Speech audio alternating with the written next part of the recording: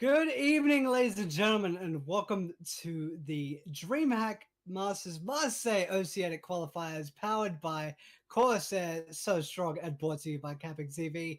My name is Justin, also known as Cyberwaste, and I am here to bring to you this best of three between Chiefs and Corvidae, and they're currently in warm-ups. They've just concluded the 9th round, and I have the memory of a goldfish, so I will bring that up those results for you. Chiefs had won and decided to change, so they are on the counter-terror side, and Corvidae will be your attackers. So we're waiting for 5 people to ready up. One of them is being a little bit slow. We're getting a little bit late in the day. It is 8:30 p.m. Australian Eastern Daylight Time. Perhaps moving into gaming hours, but yeah, I'm getting a bit old. I'm being a bit selfish. So we will briefly run you through what the gauntlet is for these two teams. I will be alluding to these as well throughout this series. Corvidae have had a bit of a 0 to 100 type run. I'll obviously allude to that a little bit further on because we are going live for this first map in this best of 3 series for the Dreamhack Masters Marseille Oceanic Qualifiers powered by CappingTV and so strong. My name is Justin, also known as Cyberwaste, and this is the first map of this best of 3 between Chiefs and Corvidae. We are on Mirage. I'll run you down your starting lineups. We have on the side of Chiefs, we have Sterling, Malta, Texter, Tux, and Pex.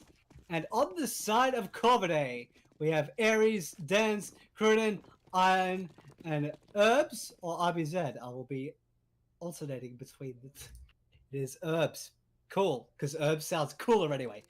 So we have 4 members armored up on the side of Chiefs, a Kit on a Smoke on Pex. So he'll be your kit man. You have to keep an eye on him. And we have 4 members armored up in the utility on the back of Aries. Herbs has less syllables too, which is fun. So the Corvidae members, 3 of them at least, are starting to move in towards Connector. Herbs trying to hold 2 T's in place with the Glock ringing out. It looks like it might have worked. The A side has been completely infiltrated. The bomb has gone down, and Chiefs have no idea they have to get a wriggle on. Sterling and Tex to be the first lines of defense. If Pex goes down, this will make the retake a lot more difficult.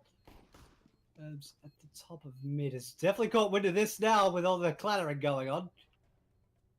5 versus 5 retake. The go time will be now. Pex looking to man mode it, sticking it in the smoke. Will he be able to go it? No, people are far too wise in the flurry of frags. Now a 3 versus 2. Sterling loses his legs thanks to Cruden and his crusty karambit. Everyone's trying to defuse the bomb in that absolute cluster. A 4K for Cruden. Breathe a sigh of relief. Take a drink of water. And the murder will rise. Corvidae will get the initial pistol round. And speaking of 0 to 100, it has gone from 0 to 100 for Corvidae in their run so far in the brackets. Having an easy 16-0 win over probably the best named team in the tournament. That being the Centrelink Esports Academy. And then going the full 30 rounds versus the newly recruited Taboo Esports lineup. And then for Chiefs, it's been a little bit of more even keel, going 16-9 versus Gargoyle and 16-12 versus Lucky 7, which was just on this very channel. And we do have an armor pistol buy for Chiefs with a single HE on the back of Texter. Be aiming to throw that and maybe hit a member for 6. Here's to hoping. And full utility, 2 Mac 10s, 1 UMP 45, 1 Galil, and 1 AK. Being on the back of Cruden, who got the malicious 4K in amongst that absolute cluster of a round to open. We're going into 1 minute. Nobody has shown their hand as of yet.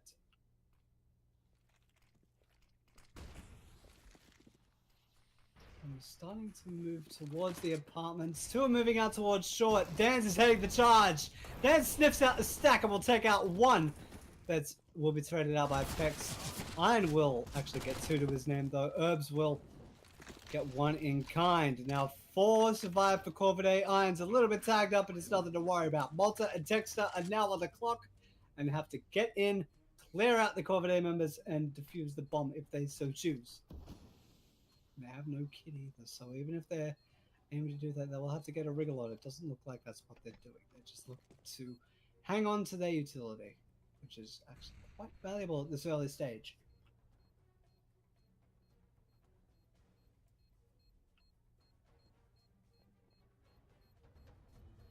So in a prime position to try and take one away, but Herbs will prevent him from doing that.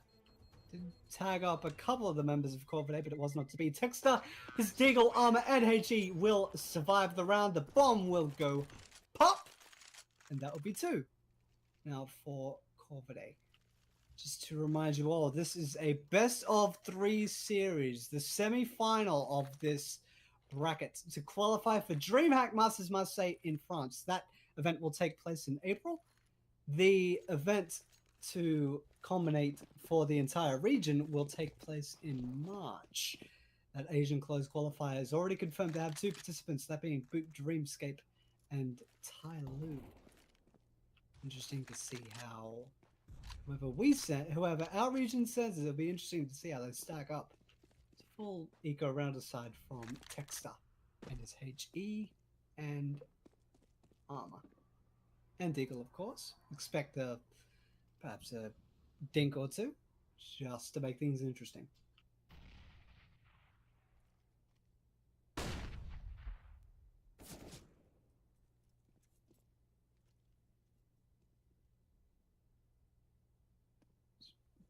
Perhaps Chief's just aiming to bank on a stack. If Malta can get Dance to sit down, that will be huge. That's exactly what he will do. He'll be caught in the way out, though, by one of the members. Pex is still alive, but it will not be for long, I would assume. Herbs did eat a bullet for his troubles. And speaking of eating bullets, Iron gets a fistful of a 50 Action Express and a little bit of metal from the murder hole there towards the sniper's nest. And now it is a 1 versus 3 for Texter with no intent to win, I would assume, but Herb's being so low, it may be wise to go after him, but he can't go after him if he's dead. Curtin will put a curtain on that, and that will be 3 now for the members of Corvidae, and we go into the first gun round. Fairly scraping by with the bare necessities would be the Chiefs. It looks pretty decent for one member, that being Texter, but we have smokes across the board, good. We have a Molotov on Pex, a little bit of fire to the proceedings. Mac 10 still being carried over, which is actually quite big because Sterling has opted to go for the glass cannon, and 3 members of Chiefs are without helmets. So that Mac 10 could actually end up paying dividends if he ends up getting close enough and getting the jump on one of the Chiefs members. Besides, it's been completely cleaned out and infiltrated. We are still in an even manpower. A 5 versus 5 retake on the B side, right under the nose of Sterling. And he's promptly dispatched off by Iron. Tux will bring the manpower to an even kill. We are 4 versus 4. The HP is in favor of Corvidae, but only just. The manpower is thinned down thanks to Malta by taking out Cruden. Dan's by the party van. Texter will take out Herbs and Dan's, and just like that, the entire defense gets collapsed upon. No kit, but it should be okay for the members of Chiefs to get that one pulled off. And in the most unlikely of scenarios, that is a round of the board for Chiefs. And thank you very much, Texter, for pulling that out. He's your front runner so far, but it's still very early days. Cruden will be the man to keep an eye on, but after that pistol round, if you're watching this on the archive, how insane was that? The opening pistol round was definitely a sugar high. We are on a buy on both sides. Little warning shots across the bow. Dan's taking a little bit of a chunking there, down to 57 in the early stages. Okay, definitely putting in work. Malta being the big boy, just like our flag bearer in the Pyeongchang Olympics, being big and massive. I'm still sitting at the top of mid. The Corvidae gentleman will not be wanting to step out of line this early on. It's moving in through Palace. Just waiting for an audio cue from Cruden. He's definitely heard something. He's hanging the angle in Palace. Just acting on that intel. Still in CT spawn. Malta wanted to have a go. Ares will challenge him and punish him for his overextension, and that will bring Chiefs a man down. This will be the only line of defense on the B side. It looks like that is where the bomb will go, with Ares and Herbs moving in, and we're moving in from short as well. So time will be short for Sterling to make a move. He will be between him and the rest of the bomb side. He will take down Ares, but Herbs will avenge him. 3 members of the Chiefs will start to barrel in. The number 5 man Pex is way too far away. So in all likelihood, the Corvidae gentleman will get another one on the board. They definitely will now, with Pex being taken out of the ledger. Cruden will be taken out by Texter, but the bomb, barring any complete fold of the defense, will more likely explode. It'll be up to Chiefs to survive. Starting to move out, moving in towards T apartments and out towards T spawn. Both the CTs are staying towards top mid. Texter will not be able to carry over his weapon. Herbs will promptly dispatch of him, and now Tux will aim to be the lone survivor. Looks like he will succeed in that endeavor. 4 now for Corvidae, moving into round number 6, and more than likely a scattered bye, but a possible one for Chiefs Esports Club to perhaps start rallying a comeback, or to at least limit the possibilities for the T's in the near future. The utility man at Tux will be the absolute #1 priority. Deagle on Malta. 2P250s and a CZ. They brought up a little bit, but the main aim would be, even if the bomb goes down, it'll be the aim to keep Tux alive. I'm getting promptly rushed down by Tux. Cruden will dispatch of Sterling. Good news for Chiefs. Tux is surviving. Pex is not, however, thanks to Cruden.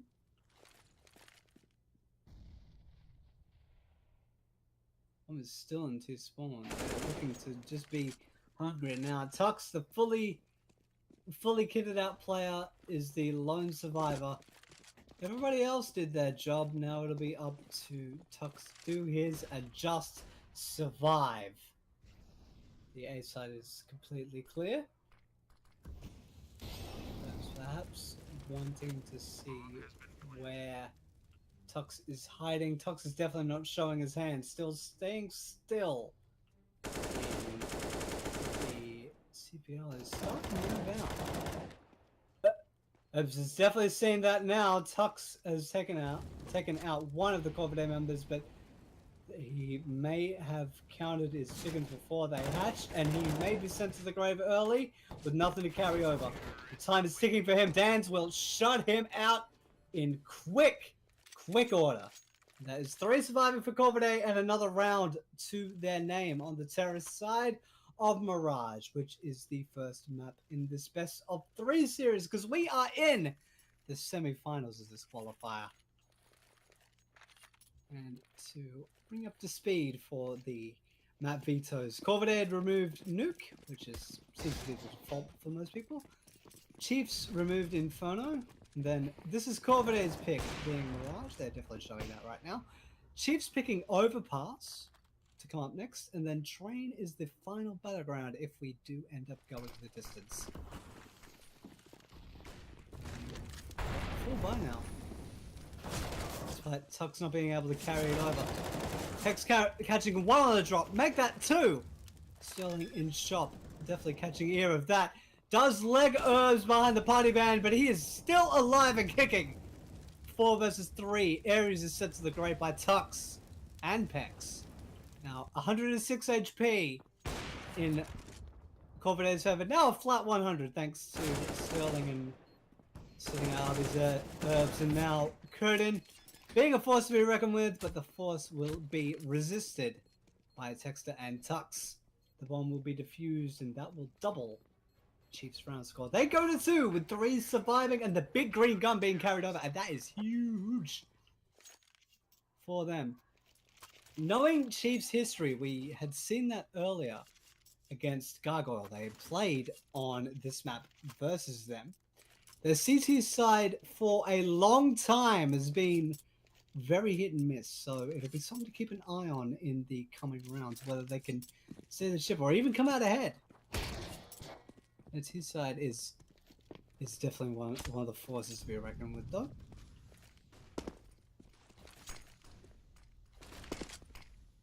Fully bought in again. Will definitely continue. Well, not if Tux has anything to say about it. Headshots all around. 1 member each will drop. And moving out towards short. Maybe hearing the pitter-patter of feet in the ladder room.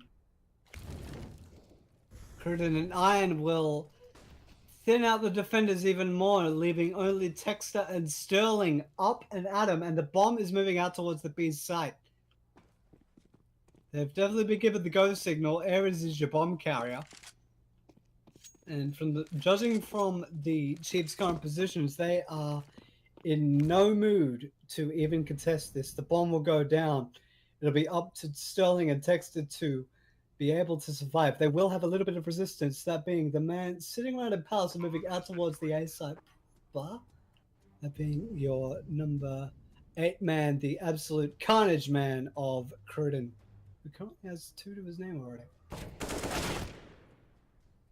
And Cruden will be silenced by Texter. Did get dinged up though. So now 110 HP. Chiefs to try and survive. Ares, well, fitting, he's a god of war, and he just took the war to Texter and won convincingly. Now it is up to the big green gun on the back of Sterling to be able to survive. Shot will ring out. He will be strung out by Ares. That will be his second frag for him. 2 for Ares, 2 for Cruden, 6 for Corvidae, 2 for Chiefs. The economy for the Chiefs is completely depleted. That will bring Corvidae to 7, barring any shenanigans.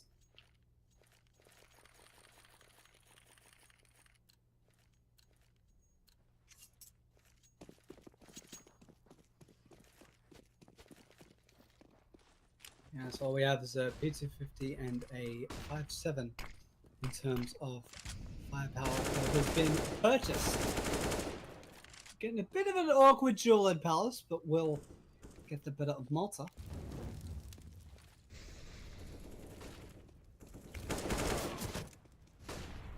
And in the other match that is going on for this qualifier, I'll bring it to your attention now that we have a bit of a lull. The other member, excuse me. Game is Tatum Mines versus Knights, and that series is going along simultaneously. One will go down. Texas has salvaged a rifle off of a frag. I'll be on the back of Iron, so we'll be aiming to carry that one over because that is a huge asset. It's about 3,500, give or take. The less syllables I have to say, the better. Like if the Chiefs can perhaps get another frag, especially on the Corvidae, but given that he's already tagged, that will be quite lovely. But it will not be a necessity. The main aim will be to keep Texter alive and breathing. It looks like that will happen, but Pex and Sterling will be dying at the hand of Ares. That will be his 2 frags for the round. Corvidae will go to 7.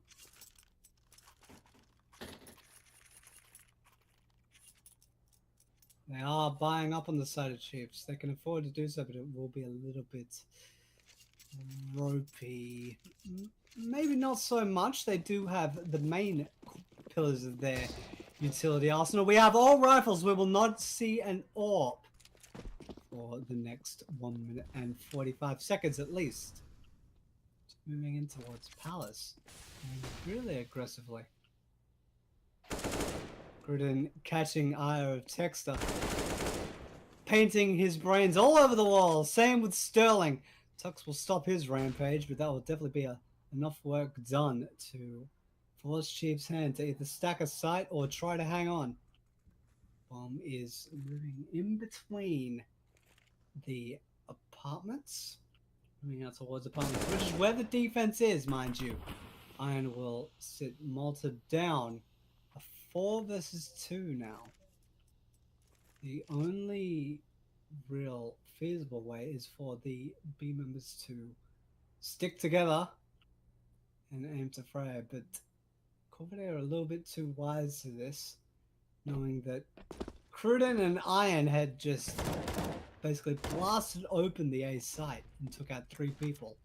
Just by the process of elimination, and now using utility to cover their tracks, they're starting to move onto the A site where the bomb will be planted very shortly, and it will be up to Tux and Pex to either get a quick pair of frags and defuse the bomb or survive.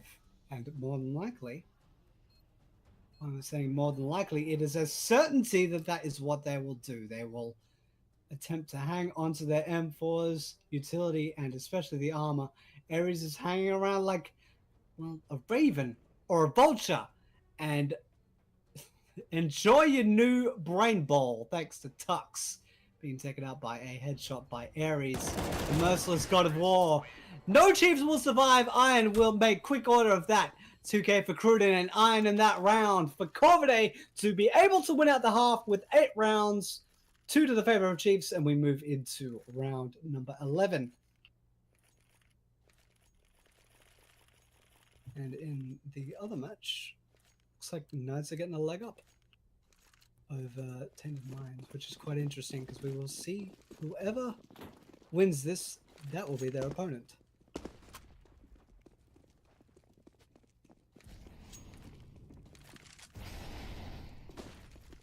Which is quite cool. So a full eco, and looks like one of the members of Chiefs has left. So a pause will more likely be called. Malta has taken out 2. Now a 3 versus 3. Now a 3 versus 2 in favor of Chiefs. Now Iron, it is all up to you. No! No, sir. That will be just like that. In the most unlikely of circumstances, a win for Chiefs. A 2K for Malta, 2K for Texter. Thank you, Power Pistols. You are a saving grace for Chiefs. But they can't rely on flukes like that. It's so unorthodox, but it's definitely eased the potential burden of buying an AWP for the defenders. That will be on the back of Sterling, the big green gun that goes bang! Ain't it lovely? And he also has a smoke flash diffuse kit, which will end up being huge. And rifles all across the board elsewhere. Sterling will be the priority man if he does get isolated. That AWP will either be retrieved by the T's or chucked over the fence if it is taken out of the CT's hands. 3 members standing outside of A. It looks like they're moving into a quick execute or fake. 3 members of the Chiefs will be there with them. Also, Wade Palace will flex his authority onto Iron. Sterling on top of the ticket booth will sit out the absolute menace known as Cruden, as well as Ares, now 5 versus 2. The bomb is all the way on the other side of the map. Bex being caught with a nade out, and Herbs will make a quarter of that, but Tux will sit out Herbs and Dan's to be able to win a 4th round for the Chiefs. Perhaps that one piece of randomness may be the moment that brings Corvidae's undoing. They will have to wait a couple of rounds for that to end up occurring, though. The murderous side of Corvidae, get it, because their mascot is a crow, and a group of crows is called a murder. they will be able to buy in for at least 2 more rounds, even accruing to the round loss bonus. Absolute unit being accrued, and here's at 15.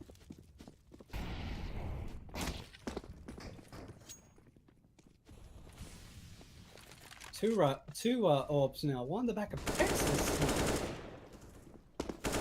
While if memory serves, Malta was on the previous map on Train versus Lucky 7, so that will be a note to take. Iron will be taken out early in this match. We're not even at 1 minute 25, and Corvidae are already a man down.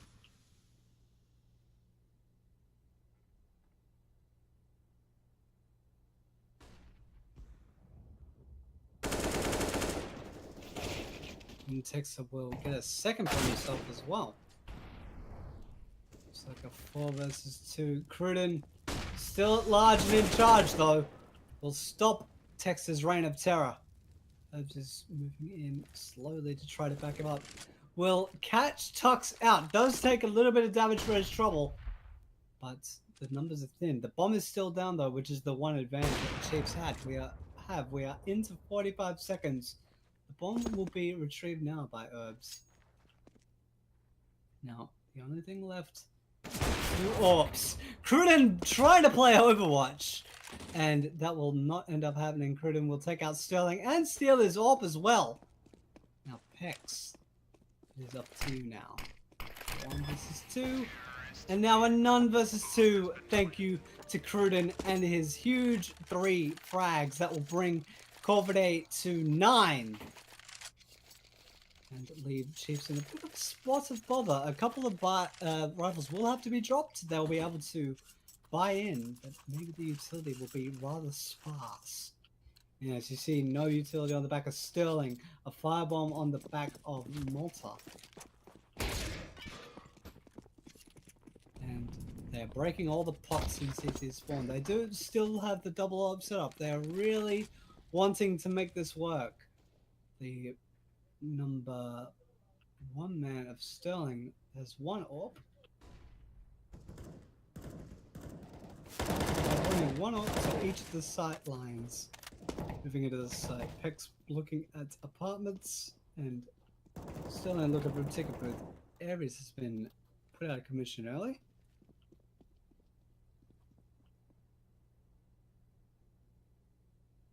Malta and both moving right underneath. Herbs is too wise to it. Will take out Malta, but Texter and Pex and Sterling will all chime in. So it may end up with Malta being the only casualty for the Chiefs. Stands in a 1 versus 4. It is him versus the world, and it is him sent to the grave by Sterling, and that will be a 2K for him. And that will bring Chiefs to 5 at the final round of the first half of this first map. Just to remind you all at home, this is the Oceanic Open qualifier for Dreamhack Masters Marseille.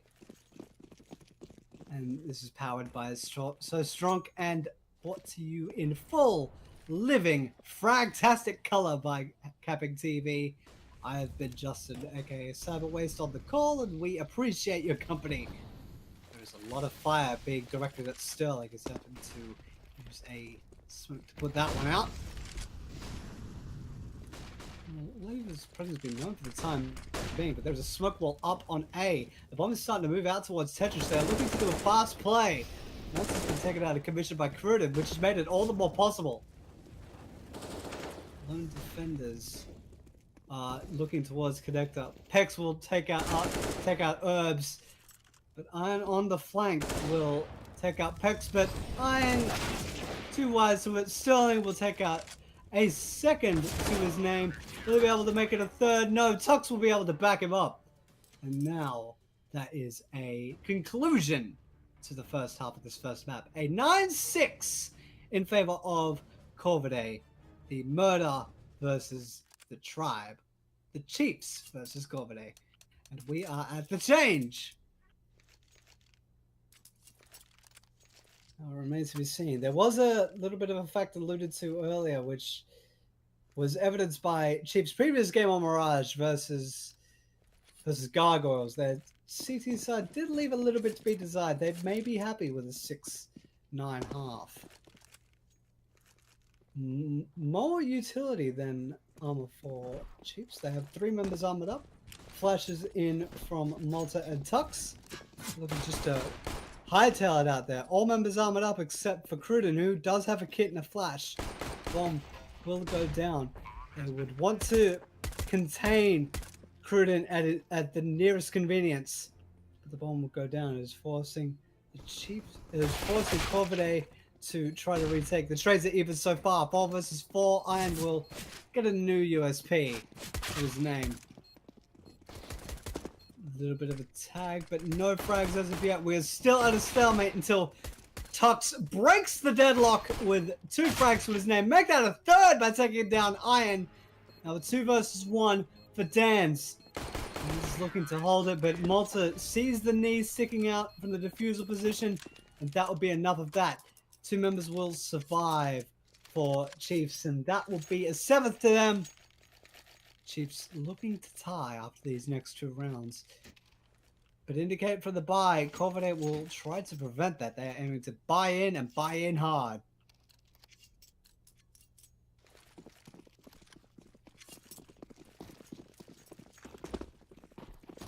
Yes, it looks like head armor and power pistols. 3 CZs, the Deagle on Cruden, and 2 UMPs, and a MAC-10 for Tuxie will be the bread bearer.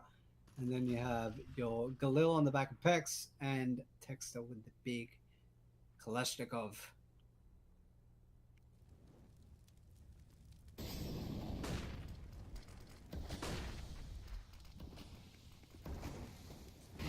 Anything to chance. The smoke wall has gone up. With the scout at CPL, Tux letting the 9mm parabellum go to work on RBZ.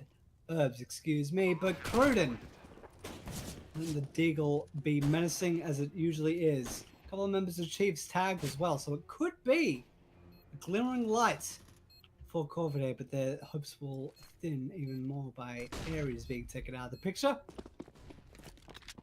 It's like all 3 members of Corvidae are giving this up and are hanging on to their weaponry. That being 2 sets of armor, the Deagle, the CZ, the Smoke, and the Scout on the back of Iron.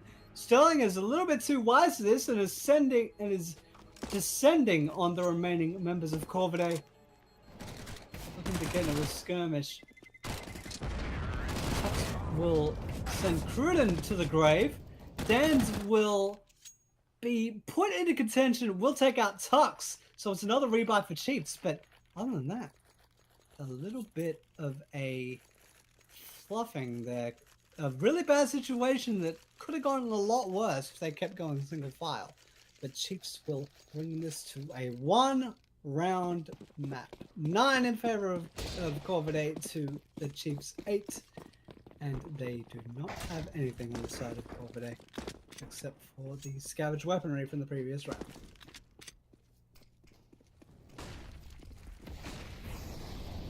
Swamp Wall coming out real quick.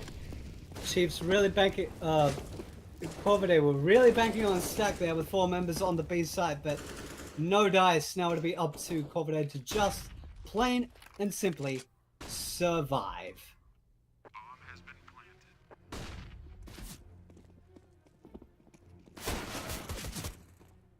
Sterling has been taken out by Cruden, and Dan's is thinned out Malta.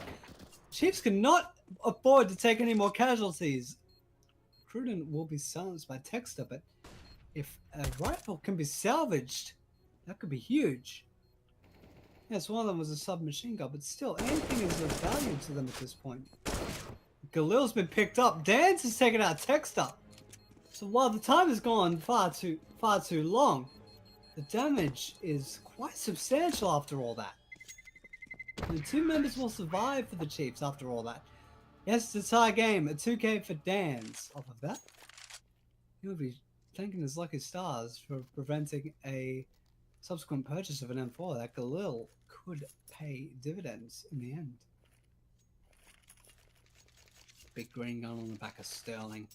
We'll see a duel between Iron and Sterling now. Interesting to see how this one shakes out. Opting not to go for the mid play. 3 members are gathering out towards the T connector. Tex are taking out the potential fragger of Herbs. Cruden may be made aware of what has just gone down. The bomb is still in Palace. 3 members of the CT side of Corvidae is still sitting on the A side. They're not flinching yet. To bring in their manpower back to an even keel. Tex is so tagged though you can breathe on him and he drop. Still perhaps seeing a shadow, but Cruden will prevent his advance. Definitely a little bit of an even tussle. As of late, they have taken 1 casualty each. The HP advantage is in favor of Corvidae, with 400 on the side of Corvidae and 312 on the side of Chiefs. Full utility for Chiefs though, so they'll be able to break and hold should they so desire. And the low HP player Texter has been sent to the grave. Sterling shoves the orb in Ares' mouth and lets it fly. He does take a lot of damage for it though, but he does get the frag to his name. Sterling still being a menace by taking down There's 2 now. Now Dance and Cruden versus Sterling, Tux, and Pex. Cruden's having none of it. He is all the way in the A site, moving towards Palace. So even if they wanted to retake this, they have far too much value on the back of each of the CTs. They have the Orb, AK, Armor, Diffuse Kit, and the utility as well. That is adding up to $10,900. That's far too valuable, especially with the Orb being a huge chunk of change. Looks like Chiefs are not even going to try to contest that. They are too far away. And for the first time in 19 rounds, we have a lead going to the Chiefs. Chiefs at double digits on 10, 9 to Corvidae. Looks like someone is spreading the wealth on the CT side.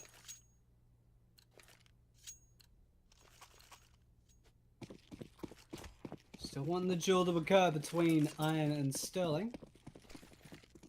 It's looking to be a spicy, spicy nugget. The entire T side is stacked up towards the apartments. Whoa, Ares throw for 3 and perhaps catching the basket from the long way. And Tux overshooting the Molotov though, but we'll take that Ares. Dance is the only line of defense. We'll take out Pex and Tux, but will be avenged by Texter. The bomb will go down in a blunt force play. It is a 3 versus 3. HP will slightly favor Corvidae, but in the grand scheme, it won't matter too much.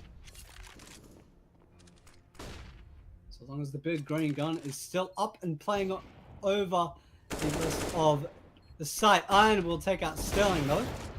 Also being outside the shot will take out Cruden. Herbs will finish off what Cruden started. Texter playing around the pillar. Will take out 1 and then 2. Just like that. The Texter made its mark by taking out the final 2 defenders. 11 for Chiefs, 9 for Corvidae. The economic standing of Corvidae is questionable at best. And it looks like they're going into an armor pistol. Perhaps to make a dent in the economic standing of Chiefs.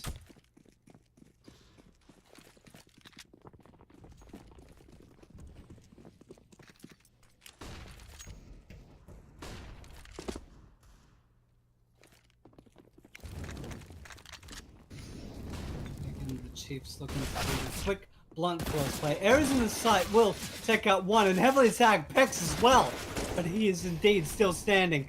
Texter and Pex will take out 1. I will finish off the scraps with the Deagle. Thank you very much. 2 versus 3 for Chiefs to try and take the site. The bomb is down on the site to the advantage of the counter-terrorists. Cruden is barely standing, but still a threat. Now a 1 versus 3 for Sterling and his big green gun. Will get 1/3 of the job done. will alert everyone to his position, and Iron will silence him. To Cruden, and Iron will continue to live. Cruden on 22 and 13. Techstar on 22 and 12. Your true titans thus far in this map after 22 rounds. So both of them are averaging a frag a round, give or take. She's definitely not gonna like that one. Flash and Molotov, they're looking to entirely blunt force the entire site. Looking in towards T, connect to 3 members of there, including the bomb carrier. Molotov has gone in, they're starting to spill on the side of the Chiefs. Looks like Pex almost caught his teammate in the crossfire. Herbs will burn Tux to death, thanks to Dan's assistance. Herbs Tickabud still being a nuisance, getting the second to his name. Cruden will drop the bomb carrier. The quick play had a chance of working, but Corvidae is far too wise to it. Cruden will get a second onto Pex. And now Sterling, the big green gun, a sharpshooter in his own right. Will he be able to take on 3 or 4 very angry CTs? But I will say no. In terms of HP, there were three CTs, but in terms of manpower, they are 4.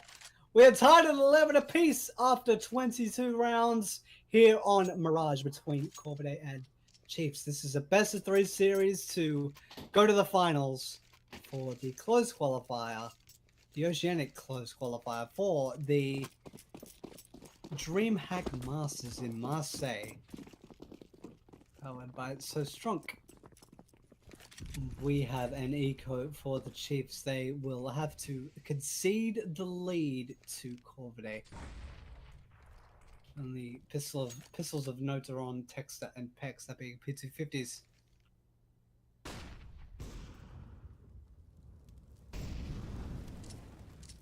We'll want to cross their T's and dot their I's and not put a foot wrong, because sometimes it is a bit of a tradition. The AWP has gone down thanks to Pex, and that could be a huge indicator to them on the Chiefs to even retreat and hang on to that weapon.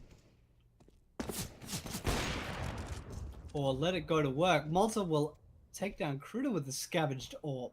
Now 5 versus 3. Herbs will try to restore order, but will be dispatched up by Malta. 2 frags to his name so far, and Tux and Malta off of a 3K will get Chiefs the lead back in the most unlikely of ways, which isn't so unlikely anymore, because personally I've seen it happen a lot more often as of late. It still isn't any less bizarre.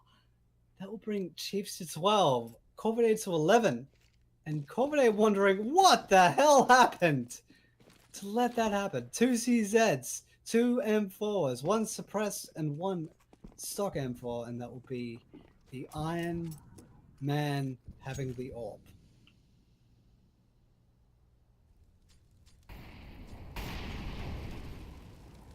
I'm standing outside of the apartments looking to lay the foundations for a B execute. But shock horror, the bomb is on its way to A. Wants to chunk down a bit. Ares making Malta pay for stepping out, and Texas doing the same. Herbs taking out Pex's legs and taking out the bomb as well. So Herbs and Cruden holding strong so far. Now a 2 versus 4 for the Chiefs, and the bomb is well and truly in control of the defenders. Sterling and Tux, it'll be up to them to try to break the hold. The one saving grace, the big green gun has the bomb on his back. So it'll be up to Tux and Sterling to perhaps break a 2-man defense and spill onto any side they choose. They're running out of time to do so. We're moving down to 30 seconds. And Corvidae has not shown their hand at all, so Chiefs more than likely will have to go on blind faith alone.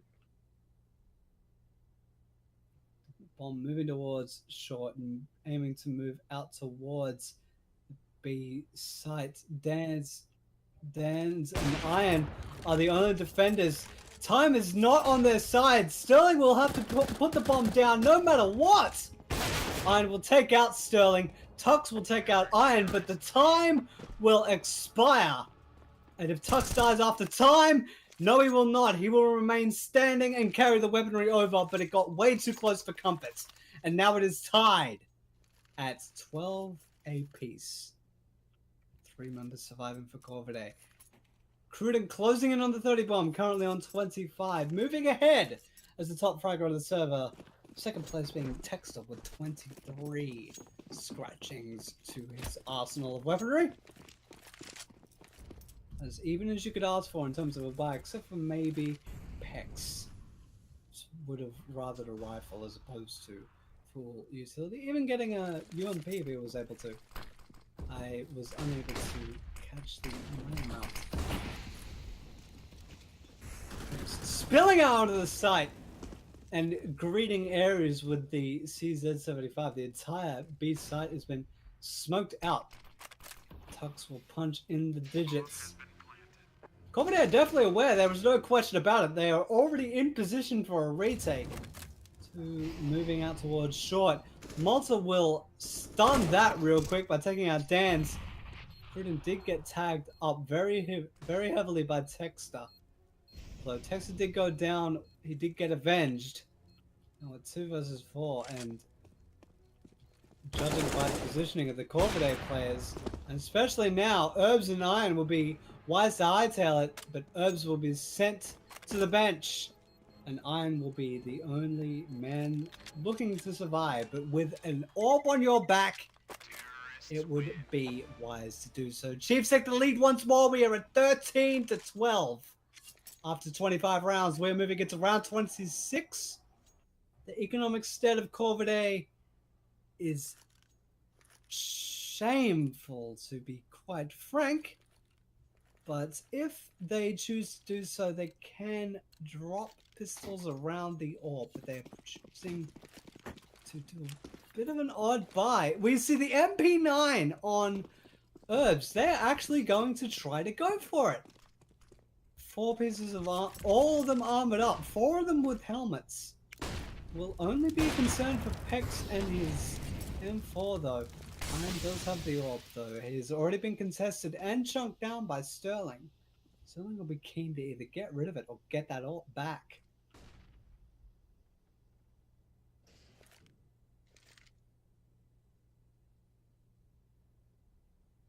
So not showing their hand yet. They have plenty of time to do so. Chiefs are better equipped.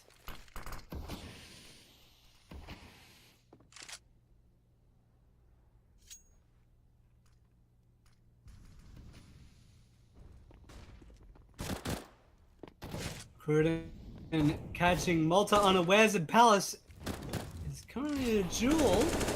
Dancing around the pillars, not to be. Herbs is taken out as the lone defender. Malta will eventually get the better of Cruden. The bomb's moved out and has been punched in. Poor Iron and his orb will be burnt alive. No orb for you, sir.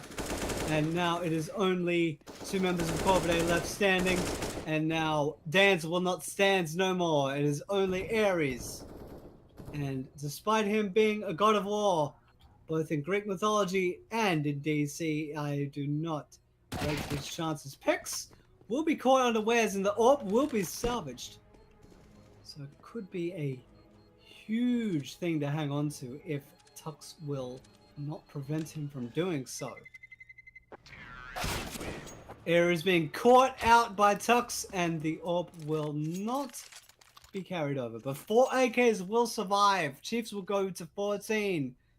Now, on the side of Corvidae, it is definitely crunch time. Do they force in to go for the win? Or do they take this one and go for the tie?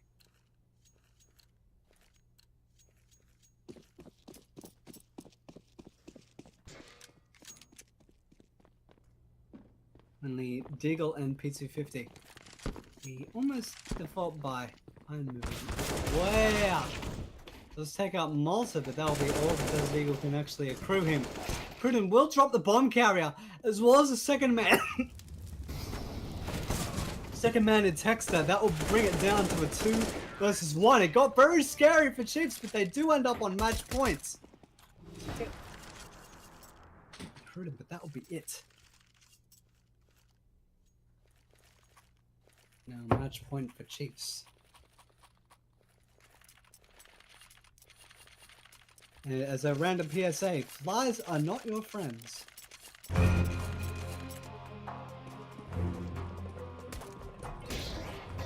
They've thrown everything into this round, including the AWP. While on the Chiefs, they've elected not to do so. We have seen full AKs. They're moving in towards Palace, as a matter of fact. They're moving as a pair. Cruden perhaps showing too much of his hand and taking up Malta Herbs.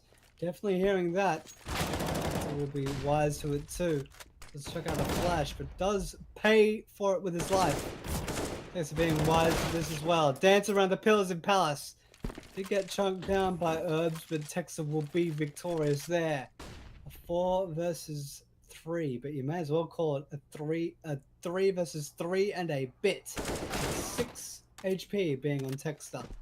And Ares will take out Tux as well. The bomb is starting to get its wriggle on, moving in towards the T apartments. Perhaps moving a little bit too slow and enabling Corvidae to be able to bolster their defenses. We're electing not to do so. Dan's moving out of smoke. Peck's definitely made aware of that. Peck's, despite being tagged down solo, will chuck down a Molotov to force Dan's out and then pop his skull. Sterling will take out Ares. Now Iron in a 1 versus 3. The bomb is actually not planted. The bomb carrier of Texas will go down. There's 1 and 2 for Iron. Sterling versus Iron in a 1 versus 1. Will his defense be ironclad? Or will it be a Sterling silver finish? The time is running out. And the defense will remain ironclad for Corvidae, picking up the scraps and getting himself another round of the board for Corvidae. That ended in a 3K if memory serves. He is now on 24 and 18.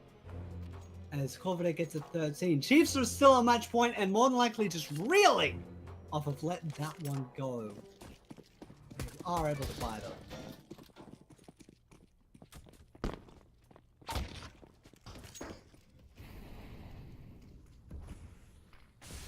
Three UMPs and only the rifle of Cruden and the AWP still of Iron, which as the last round evidenced, it just shows absolutely no mercy. Chiefs can not let the last round happen again.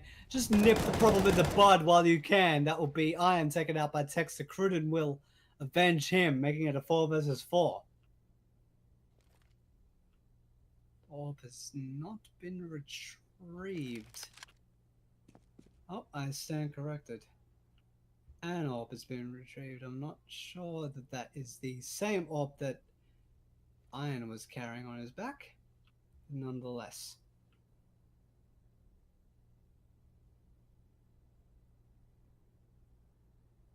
Deadlocked. We're moving into 45 seconds. T's are gathering outside of the A side, moving out towards the T ramp position. They may leave themselves short for time. They do not get their wriggle on. We're moving down to 30 seconds. The nades are starting to rain through for an A side execute. Will it be able to be defended by the members of Corvidae? Herbs in the ninja box holds strong so far. Cruden, his partner in arms, will do so as well. Now with 3 versus 2 for the murder of Corvidae.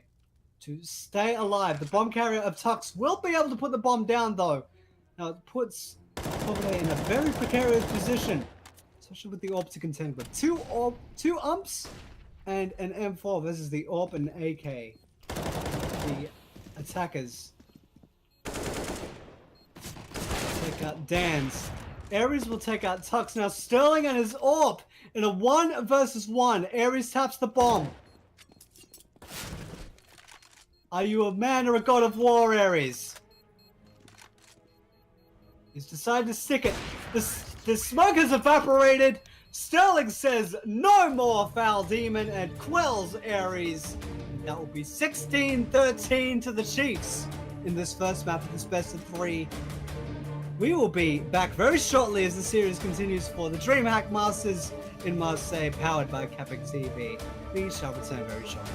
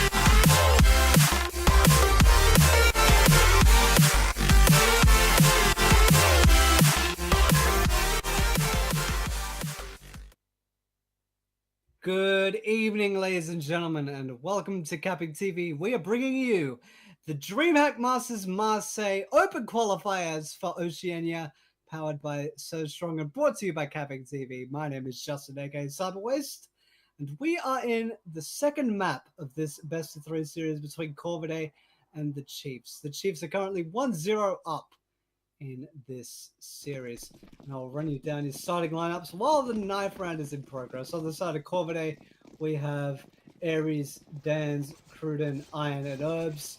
Yes, Herbs, not an initial. And on the side of Chiefs, in that quick order, they won the knife round. We have Sterling, Malta, Texter, Tux, and Pex. I got thrown through a loop there after the change. But it looks like the Chiefs will be your defenders for the first 15 rounds. We wait for the rest of the members to ready up.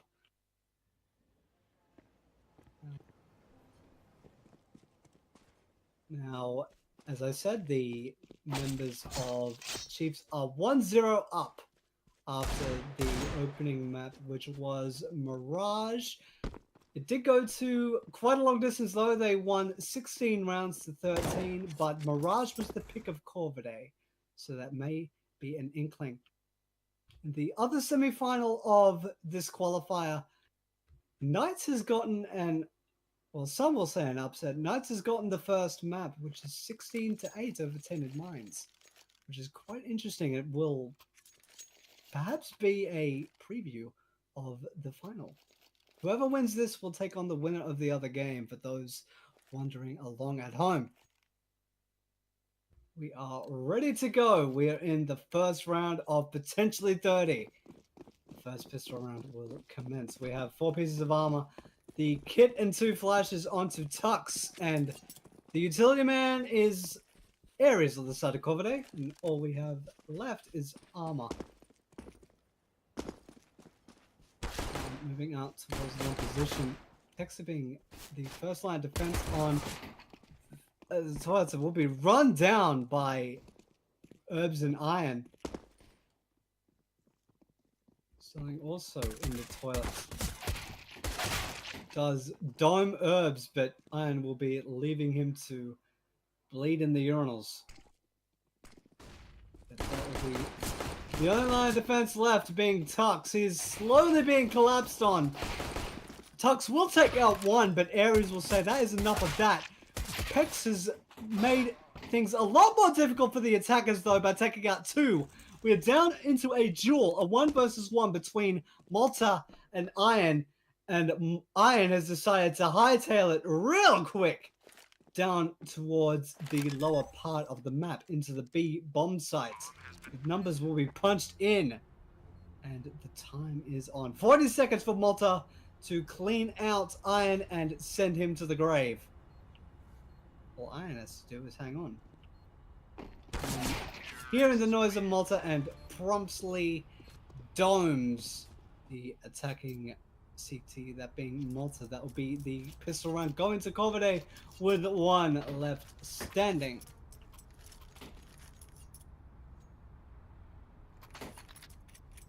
Yet again, 3 subs, 1 Galil and 1 AK.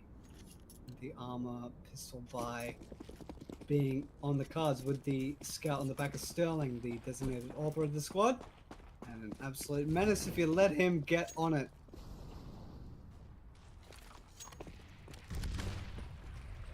He's moving towards the water and the connector.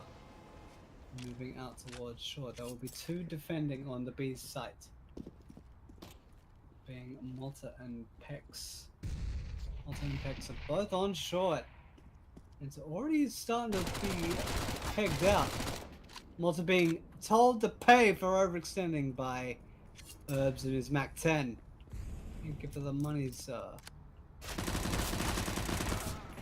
And Dan's getting the better of Tux. Will be taken out by Texter, but that will be all that the side of Corvidae will be able to manage. Now 2 versus 4. Chiefs more than likely being the only line of defense for 1 site each. So I'm deeming the Scout far too valuable and deciding to play the passive position. Pex will join him in tow. The bomb will go down. Knowing the space of this map, though, the CTs and Ts may not cross paths for the rest of this round, so it will be 2 surviving for Chiefs and 4 surviving for Corvidae, unless Herbs gets too close to the blast radius of the edge site and goes down with the bomb, but it's highly unlikely at this point in time. Yep, everybody's cleared the area on the terrorist side. And Sterling and Pex going to just hang on to what they've got. Terrorists win. I'll double Corvidae's round score. We are now at 2. Only a single rebuy being forced by the CT side of Chiefs, and it looks like Dance has just said, "No, I'm not going to get a sub anymore. I'm just going to go for the big thing." Another AK on the field. And a couple of subs still in play. Dance will hang on to the Mac 10, bolster his personal economy. And Pex and Sterling just want to remain alive for one more crack. As any money saved on the C2 side is a highly valuable asset. Critic caught like a deer in the headlights, or T in the flashbangs, and will be taken out by Texter. Ares will take out 2 to his name, good for the ego. Pex will do a drive-by headshot to Ares, and will quell the god of war, being Ares. Pex getting another one to his name, that being Dance. I'm making this very interesting. A 2 versus 2. Weaponry will favor Corvidae by quite some margin, and Iron will make things sane once more. With 2 AKs being up, and Malta with only a USP, the bomb site up top being left completely abandoned. And if Malta will be able to, he will try to salvage himself a weapon, but more likely he'll just either aim to salvage one or just aim to survive.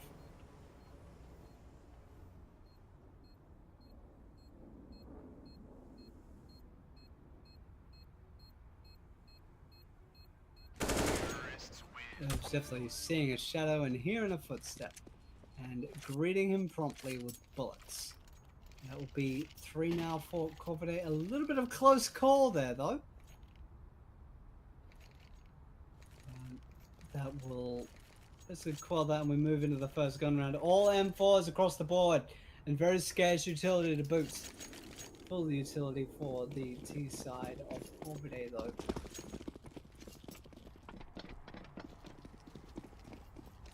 So the T's won't have anything to worry about. It'll be up to the CTs to be conservative and force C player's hand. Moving into connector very early on.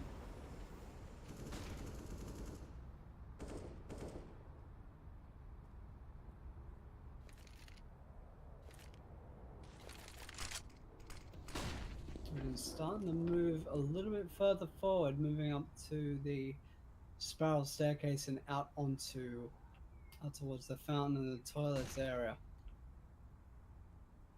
These are starting to gather. In through the toilets. More than likely hearing all this activity will be Sterling.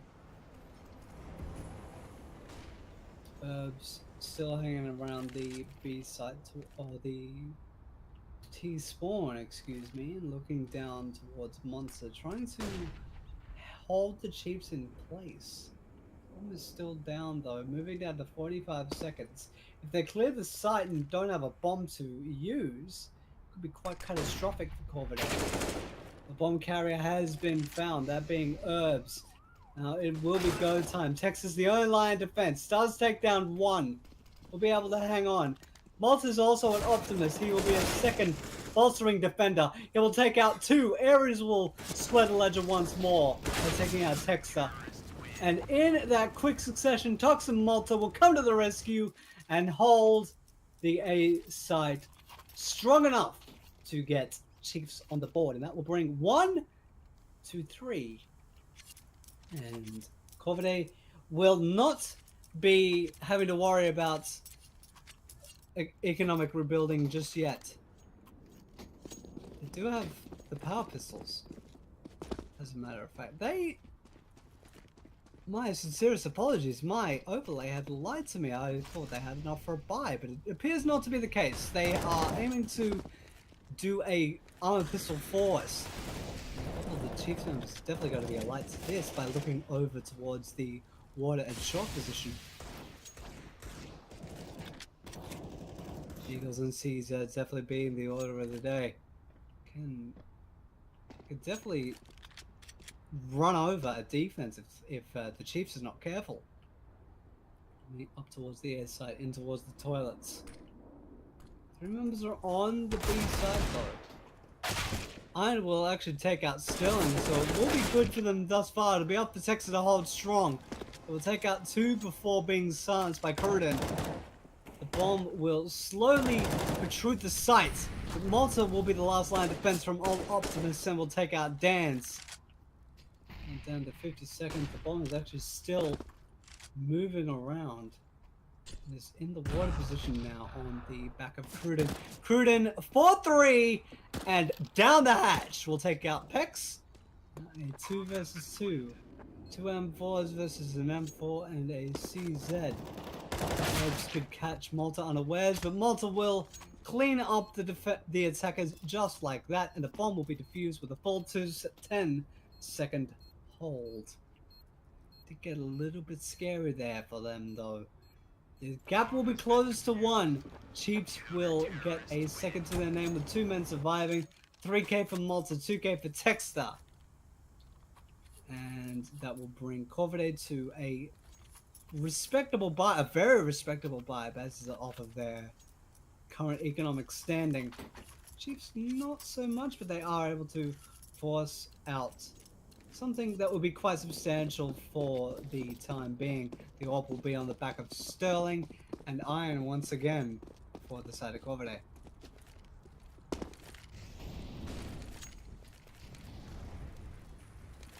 Dan's maybe seeing the AG going out early from Texter.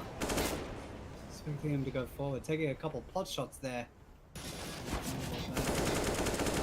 Malta taking out the orb carrier, that being Iron. That is a huge scalp very early on. Not even close to 1 minute 20. And Corvidae having a heavy hitter taken out of the equation. Same with Cruden taken out by Tux. Ares will try to bounce the ship and take out Pex, but Malta will say no to that. Tux will get a second for himself, and Texter will put the final say onto that round. We are tied at 3 after 6 rounds. Corvidae left in a bit of a precarious position. 2 subs on the side of Chiefs. We have an MP9 on Malta and a UMP45 for Pex. So Malta once again will be the breadwinner. Bringing in that money! Cue Shane McMahon's theme. Look at my Jordans and all that. Here comes the money and such. Do have a 2 Deagles, 3 Deagles, excuse me, for Corvidae. Good see some sharp shots. Speaking of which, thank you, Aries, for proving my point. We'll get a crispy one to Sterling. But Pex will get 2 to his name, and Texter will take out the offending Aries. Iron will take out Texter with the salvaged AWP, but that may be all that she wrote. Dancing on 1 versus 3. Did get a lot done in terms of HP and casualties, with Sterling and Texter being taken out of the picture, but the buy was not to be.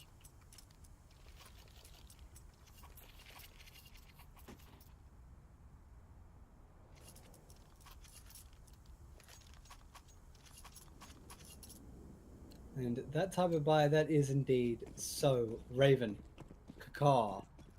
The entire Corvidae side has decided to buy in. There is no AWP on the field, so Sterling is the only one with the big green gun and the big nasty cannon that will likely sing out loud. He's standing at the fountain, letting 1 ring out and deciding to get the hell back. Seeing all the pitter-patter around the party in long positions.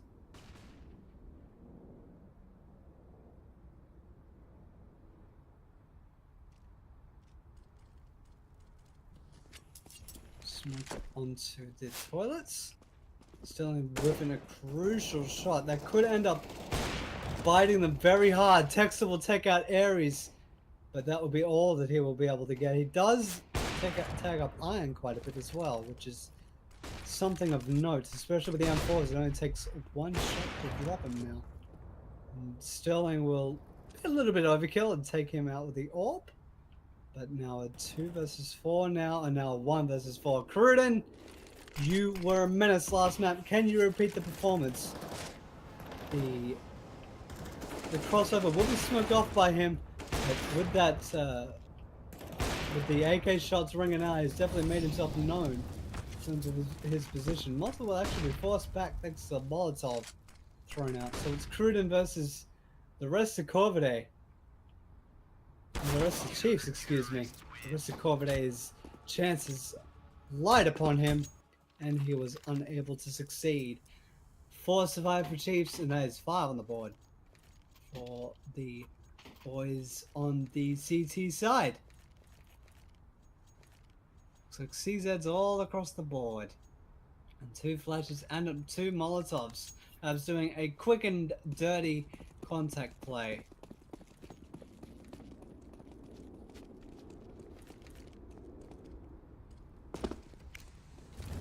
Not wanting to let anything be led astray. They're all running towards the monster position. Malta will be the only line of defense. We'll only get 1 before Herbs quickly dispatches of him. That means Texter, Herbs, and RPZ. They are all in frags to their names. Herbs getting 2 as a matter of fact. And Ares actually getting 1 before he went down. Moving out towards the upper bomb side. Sterling led the AWP ring out. Whips his shot. And pays for it dearly with his life. And now, in a quick turn of events, around and around you go. Texter in a 1 versus 2. We'll have to get a 4K to his name to be able to get this round for the Chiefs, and it is not going to happen. Herbs will quickly get rid of him and get 3 for himself, which is not a bad effort, all things considered. And the gap shrinks to 1. 5 to the Chiefs, 4 to Corvidae. And the Chiefs are looking to buy in. So, Corvidae are not out of the woods just yet. That is not by a long shot, but that quick and dirty contact play did shake things up quite substantially.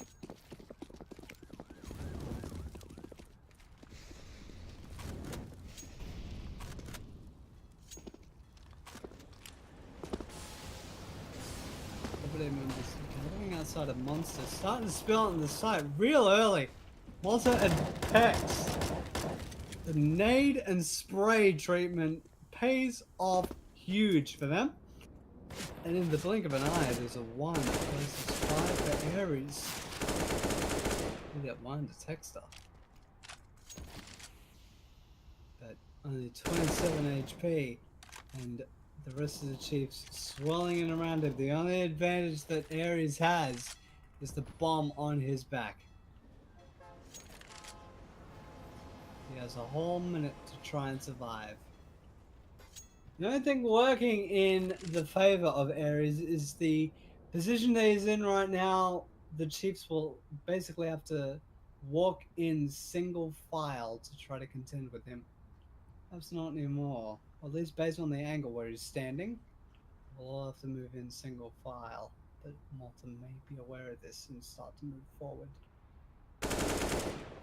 Malta definitely aware of Ares now by eating a lot of bullets. Being taken down to 22. Pex saying no more thanks to Ares and his headshot. He's actually aiming to hang on to this rifle. He may be able to do so. The numbers are far too thin now for Chiefs to even contest. Yeah, the Chiefs will win the round, but they cannot take any more casualties. The AK will be carried over. He's having a party all on his lonesome. Poor Ares. But 10 rounds gone, and Chiefs are your current leaders at 6-4.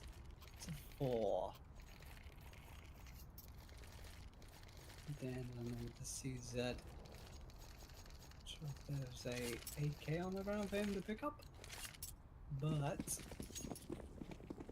there is not. So it is 4 AKs and a CZ for the side of Corvidae.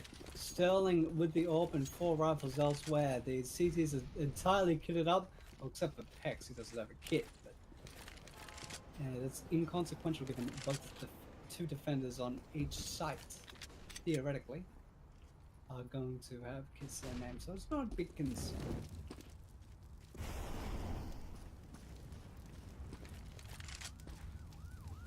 Three moving in a flying V formation, so very recently at least, out towards long. Texter, fully hearing this, it's definitely seeing Dance's shadow as well, maybe alerting the rest of the Chiefs to Corvidae's next move. There's only one defender in the B side proper. Pex, you want me to get a wriggle on and maybe get a flank perhaps? Ending up pinching the attacking side of Corvidae. We're moving down to 45 seconds. As we'll open things up and get one onto Pex. Malta not showing his hand yet. Does now by taking out 2 from behind and dropping the bomb carrier as well. Cruder will try to contest him and does not succeed and goes down to the hands of Malta. That's 3 for him. And now Ares in a 1 versus 3. 25 seconds. Bomb is down in the site. And the only saving grace, Ares is in bank. So he can sleep on a pile of money. He's moving out towards the site proper. Tux will be taken out at Optimus, but Malta will put an end to that. 7 now for the Chiefs. Corvidae are absolutely squashed. Do they end up wanting to take the fight to them by buying CZs and armor? It's worked once before. Can it work again?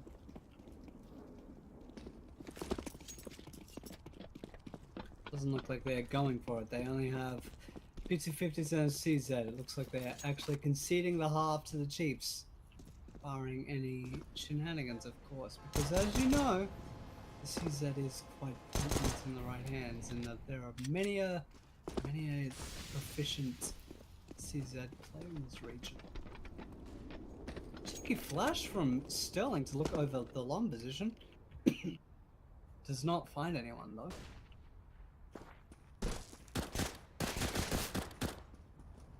Sterling essentially getting bro piled. Does require backup at the moment. He does get taken out by Iron, but Dexter will quickly restore the norm by scoring 3-2 himself. And that will force Chiefs to be on 8.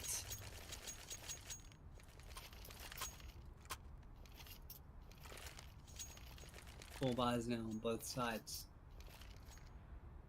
Aside from a second flash on Dan's and lots of smoke on Herbs, but what can you do? It's about as good as a buy as you can get on the side of Corvidae, all things considered. Coming out early there, maybe looking to do an early contact play onto the lowest site of B. Sterling holding strong for now, holding a very aggressive position and taking out Cruden. And Tux will take out Iron and Ares. So even if they wanted to, it's going to be a lot more difficult for the bomb to progress, especially when the 2 men that are alive are nowhere near it. So we'll try to square things by taking out Malta, but now it is only Herbs, excuse me, versus the rest of the Chiefs, and the bomb is down towards the fountain. And Sterling will put a 3-3 at the pour around right at his back. There'll be 9 now for the Chiefs. And nothing really Corvidae can do to try to salvage. They're going to give it a good old go, though. This worked once before. The CZ armor rush by. They have 2 flashes each for Ares and Iron. Same as before. Well, not full CZs. They do have a P250 for Iron. Perhaps feeling a bit more confident with the semi-automatic fire. As opposed to the spray and pray nature. Tex are definitely catching wind of this. Picking over the smoke and taking out Dan's. Cruden's moved all the way through the smoke, caught Texan with his hands in his pants, and does the same to Sterling. So the entire defense has been absolutely crippled. The only line of defense left is Malta by Optimus. He does get one. Tags down Cruden as well, but the time is running short and now out thanks to Ares. Now the 2 versus 2, Iron is heavily tapped, it does have an orb. Ares actually takes out Pex by Optimus. Now Tux, you are all that is left. Tux versus Ares. A member of Corvidae, a member of the murder. A god of war that loves murder. And Ares has moved down to the lower site, making it all the more difficult for Tux. The only saving grace, he does have a kit. Ares definitely hearing the movement up short. Slight idea, but not quick enough. Corvidae will get one on the board with only one surviving though. That will bring Corvidae to 5 and a potential 9-6 on the cards as we go to the last round of the first half of the second map of this Dreamhack Marseille Open Qualifier for Oceania. Powered by So Strong and broadcasted in living fragtastic color on CappingTV. And me, Justin, aka Cyberwaste, being your voice. Bringing the frags in color to you, and we appreciate your company. So we're getting chunked down really hard, very early on. Eating HE really quick. Hopefully forcing him to play a little bit more tentative. Consider his position. Both the CTs are looking to retreat the A side proper. We put them on their heels very early.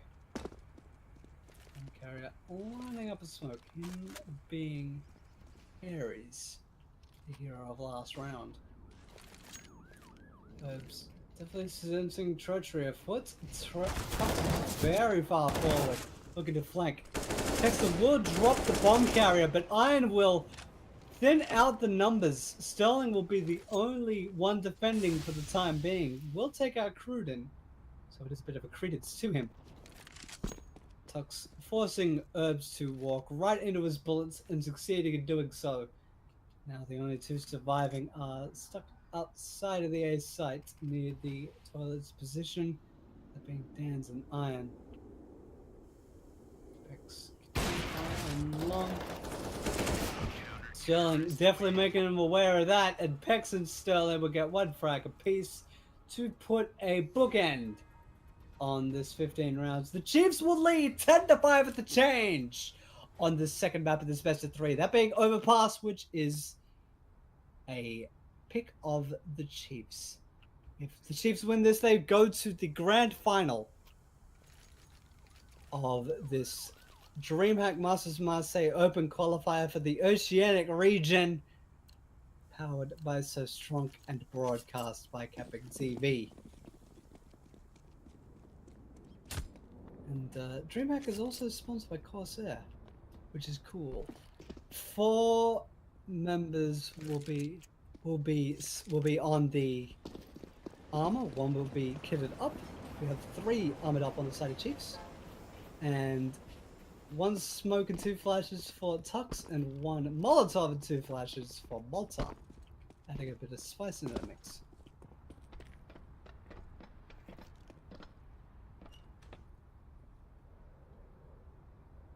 We sail on the seas of frags. We move into 1 minute 15. Still at a stalemate. I'm moving very far forward.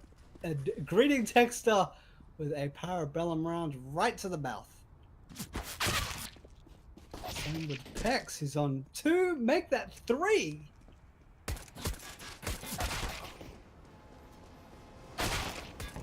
The defense will be broken by Sterling, at least the ironclad one. But Malta in a 1 versus 4 with some very angry members of Corvidae. With murderous intent, Cruden will put the full stop onto that, and that will be the second pistol round falling to Corvidae. Now, Chiefs are in quite the predicament. Do they buy up and aim to blunt force a sight before members of Corvidae get their rounds on the board. 3 submachine guns, 2 MP9s, 1 UMP45, 1 for Mars on Ares, and 1 4 onto Iron. Cities spreading deagles all across the board. 50 Action Expresses all over the place. 3 members will be armored up, 1 with head armor, which will make a lot more difficult for a lot of the CTs, and Herbs will be told with authority to take a seat. Not eating much damage for it either. Malta is down to 54 for that one. So the MP9 perhaps having a little bit of an easier time. Moving down to a minute. The bomb is moving in towards the... Looks like they're gathering outside of the water position and monster position, looking to do a split onto short. All 5 men up. They have to blunt force this entire site. 2 members are there to defend.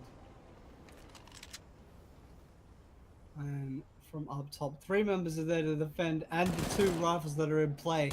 It's making it very difficult.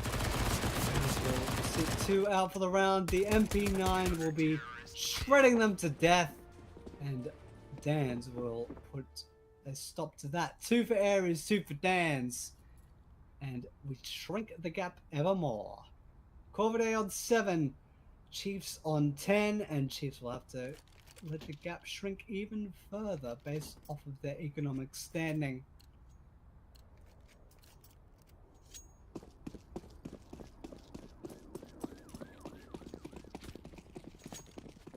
Yes, sir. Only a Deagle and a P250. I just want to repeat his heroics of the previous round. The heroics of the previous round being the Deagle carrier. Cruden already getting chunked down, but to not much avail. Iron will go down at the hands of Pex though. That is an F4 retrieved. This makes things a little bit interesting. Malta's still up with Deagle too. He's definitely no one to sleep on. Has caught sight of Ares. Moving towards Optimus. Does do a little bit of a flurry, but it was to no avail. The Scavenged M4 will put in work by taking out Pex. 2 versus 3, but unfortunately the bomb site is clear, but no bomb carrier. And Cruden will make definite that type of condition. And Dan's will get the final flag to his name. Chiefs on 10. Corvidae on 8. We go into the first buy. It'll be easier for Chiefs to buy now because they do not have a economic standpoint to really go off of. The weapons on the CT side are a lot more expensive compared to the terrorists. Do have the open play though, that being on the back of Iron. Head armor for that MP9 will prove to be quite the challenge for Herbs. Iron and Herbs getting chunked down very early at an opening engagement. I'll be at the hands of Texter base off of his positioning.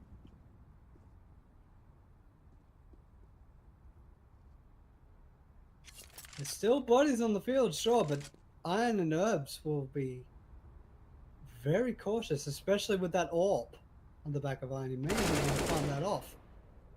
Tux takes out last map's heavy hitter of Curtin.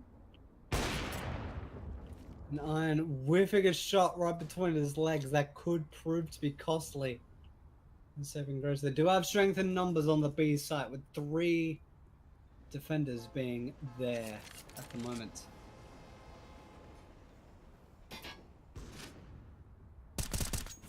What side of Ares? Tops on the fadeaway will actually go down.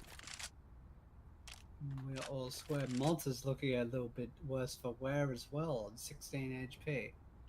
Moving down to 35 seconds. They're having to consider something, what they will do next. Iron and Herbs, the 2 lowest health players on the defending side of Corvidae, are still putting in work.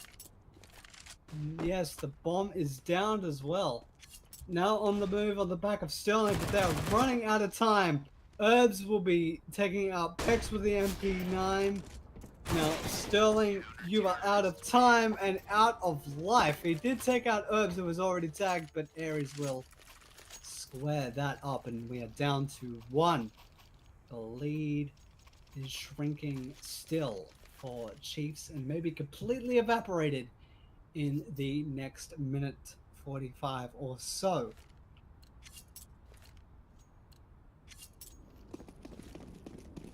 Looks like they're totally conceding it too.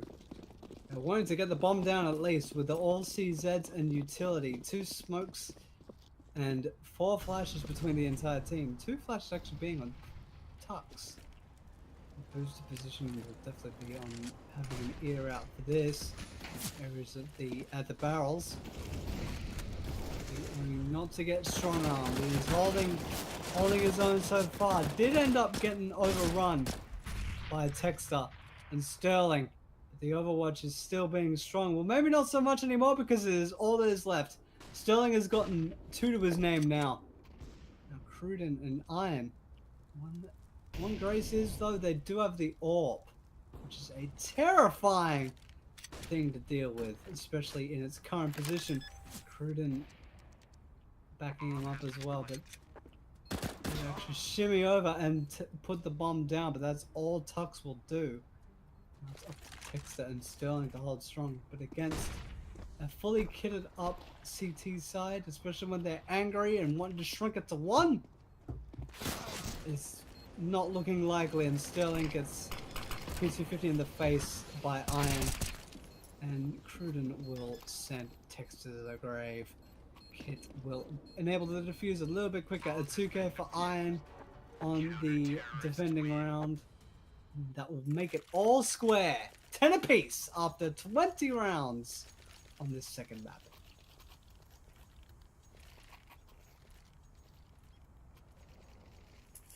Just to remind you all, this is a semi-final matchup for the Dreamhack Marseille Oceanic Open Qualifier. There's another match actually going on in the tournament as well. I will bring you the results of that when I get a lull in the action. But we do have a full buy round of both sides, and the buys are actually quite healthy. So this is about as even as it has been this half thus far.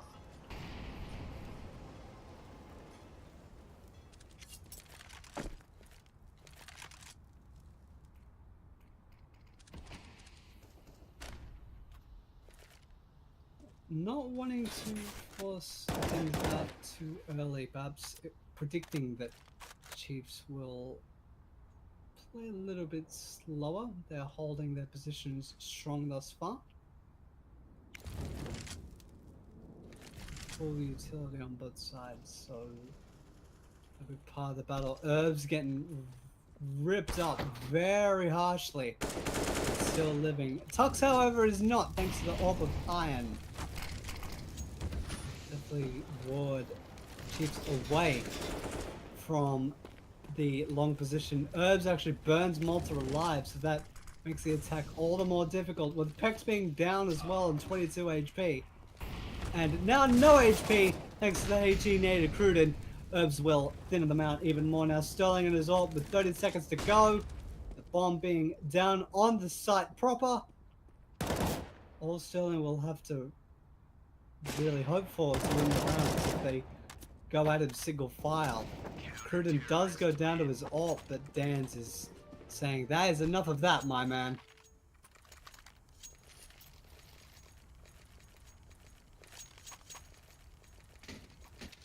And that will be Corvidae taking the lead, 11-10.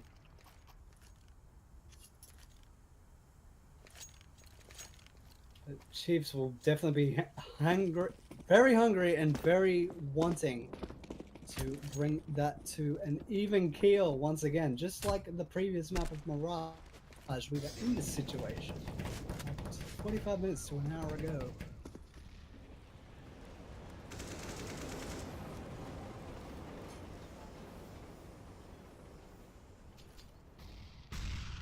Four 3 from Dan's, and getting Malta a little bit tagged up. There is moving into the blender and greets them with a death-like embrace. 3 for him. Yes, he's down to 4 HP, but his job is done. The push is stunned. Dead. Now Sterling and Tux with bomb down on the other side of Monster. Corvidae may have 12 by the end of this. Dance will silence Sterling now. Tux in a 1 versus none versus 5 now. And Corvidae will start to jump ahead, going to 12. And Chiefs will have to cop this one on the chin. They're not economically fit to do so. They will try though. They are aiming to buy up pistols and a couple of bits of utility. Around the traps on the other side of this tournament's bracket, we have Tainted Minds taking on Knights, and they're currently tied at 1.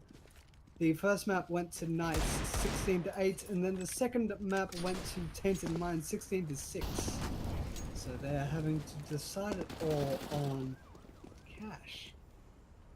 Now we're at an even footing. Well, until Iron and his orb said something. Now we're back at a 3 versus 3. The orb is picked up as well. Not in the back of Sterling, which would have been ideal, but still something to salvage. But they're running out of men amongst that flurry. Bomb is still in the possession of Sterling, so he still has an avenue to try and force a bomb plant and force the defenders on the back foot. Now it does have the powerful orb in his hands.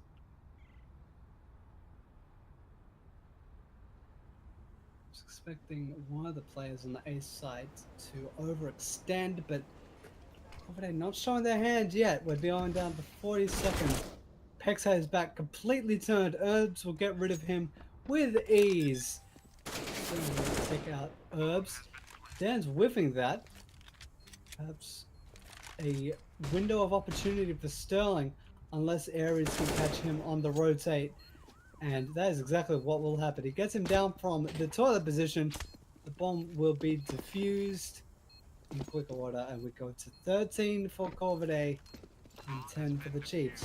They did cut it tight though, especially with getting the bomb down. It will be quite the good grace for the attackers. Exactly what will happen. We have a fully equipped side for Chiefs. And the same will happen for Corvidae. Chiefs will have to string together some more rounds to A, deplete the lead, and B, deplete the economy of Corvidae.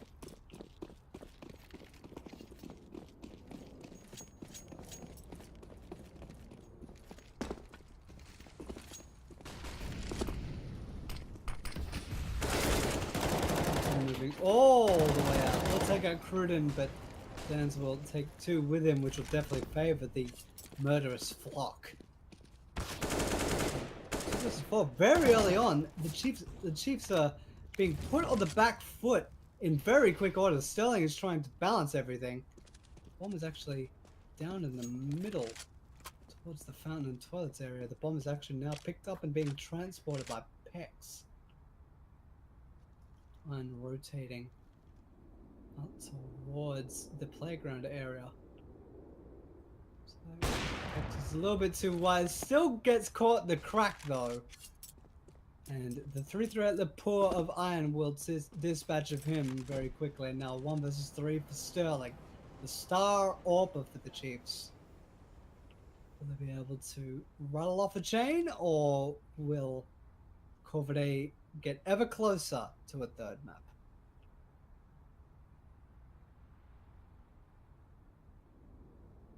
Just bleeding out the time. The only good grace is that Sterling has bomb control, but the time is no longer becoming on his side. We are down below 30 seconds.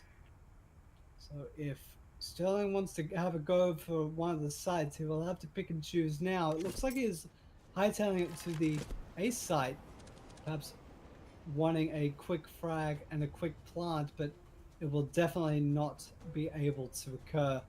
Too much time has expired. The bomb will remain on the back of Sterling, but the time will expire. Will Dan's advance to try and rid that AWP? No, he will not. The AWP will be carried over, but no money will go to him. The round will go to Corvidae. They will go to 14, and time is actually running out for the Chiefs to try and bring this home. They're definitely having to do so. They do have a full buy on the attacking side of the Chiefs.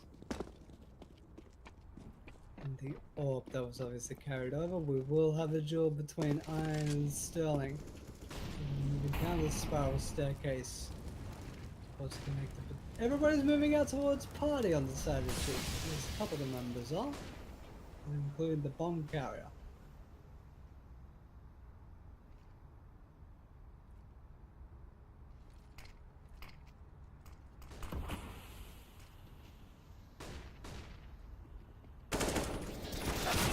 A bit of blind fire through smoke for back to Malta.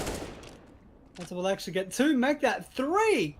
A one-man army. Iron will balance the ship a little by taking out Pex, but if the Chiefs hightail it and clear out the site, that could be all she wrote, and that will be Tux thinning the numbers out even more, and the only man that is left is Iron with the AWP, and he is more than likely wanting no part of it.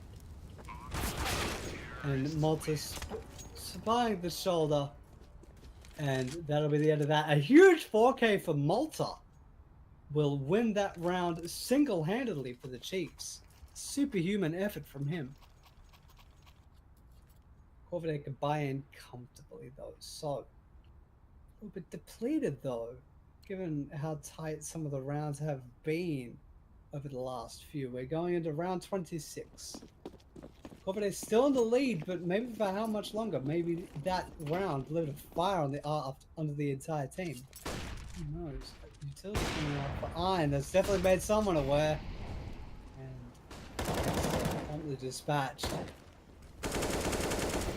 Heck, will actually get rid of Pex as well. So the quick play perhaps a little bit too quick for Chiefs to really realize what the defenders were doing. Chiefs perhaps expecting a flank. So they're looking towards the fountain and looking towards the toilet's position and a point of contact. The bomb is at long. It's down at long, it would appear. On the back of Tux.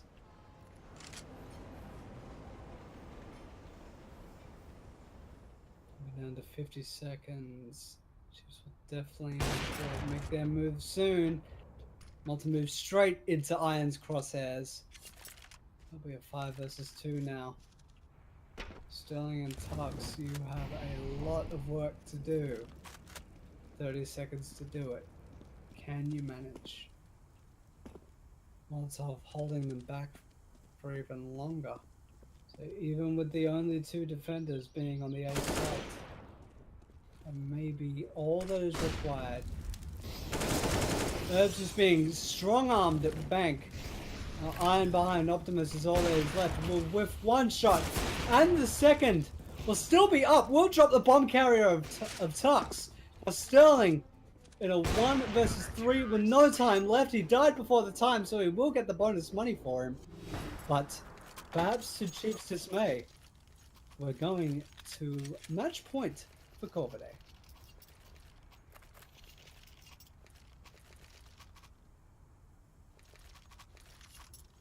The final map of this best of 3, for those that are wondering, is actually Train, which has already been played by the Chiefs earlier this evening. So perhaps a little bit of an advantage there, but we're jumping a little bit ahead of ourselves. Chiefs buying everything they can to try to prevent Corvidae from going to match points. And firebombed at Monster though, so that's stunned the advance just for a tiny bit. Sterling and Pex will open the account. Sterling will actually get 2. A little bit of the love tap as well to one of his compatriots. Cruder from up top will drop Texter. The bomb will be retrieved. Iron 4-3 from downtown will take out Sterling. The bomb will go down. Cruden And the Orb of Iron will still be at large. Iron barely breathing, but breathing nonetheless. Has Tux to contend with a 1 versus 2. And Tux will actually take out the low HP player of Iron. Will be dinged down very low by Cruden.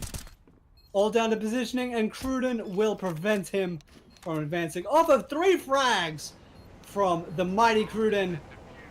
Corvidae will force map number 3 versus the Chiefs. 16-11 will be your final on Overpass. The teams will actually trade the picks. This was actually Chiefs' pick. The previous map was the pick of Corvidae. And we go to the final battleground, that being Train. We are tied at 1 apiece in this best of 3 series for the Dreamhack Masters Marseille Oceanic Qualifier. Powered by So Strong, provided by CappingTV, and casted by me, Justin, aka Summer Waste. We will be back with map 3 very shortly. But thank you for joining us.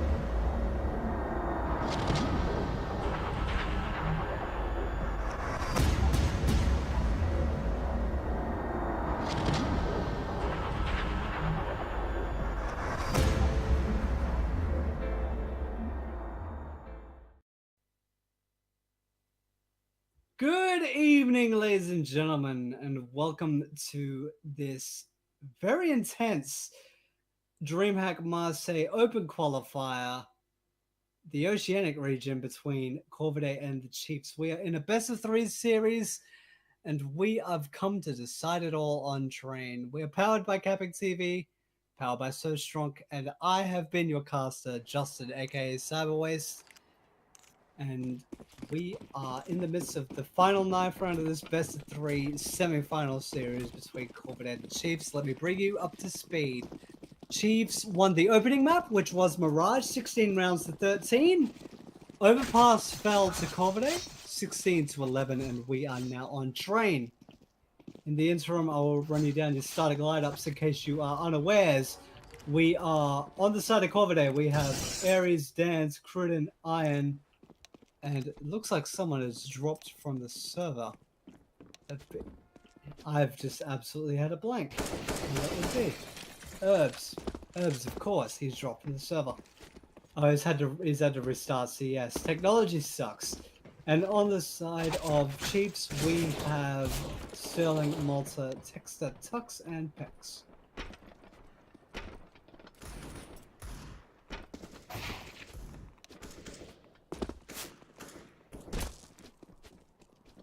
We should be good to go very shortly. As soon as the round commences, everything should be good order.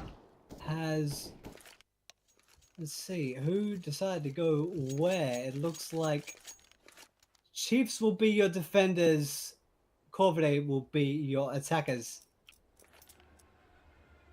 And here we go. Cruden breaking the entire chat panel, just saying, have fun. Thank you very much for that. At least he's passionate.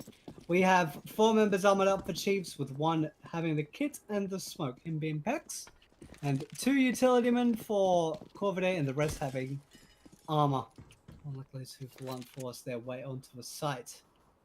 And towards the brown halls. They may have a thinned out, well, until very recently, a very thinned out defense on the B side. There's only 2 men there, that being Tux and Malta. Texter in heaven, hoping for someone to step out. Pop Dog. It does not look likely though. The utility is coming out onto the B side. Tux is the only line of defense, has kissed all 3 members of Corvidae with his Science USP. The bomb will go down, but that will be all that will happen. Tux, in a little bit of a stroke of luck and a blind oversight on Corvidae's part, will get 4 of his name and the defuse. That will be Chiefs surviving with a full 5-man squad. And Tux has basically told all of Corvidae to kiss the ring and sit down. So 4 rifles, 1 M4, 1 Clarion 3 M4s, and the MP9 onto Malta. Malta seems to be the breadwinner, the cash hoarder, if you will.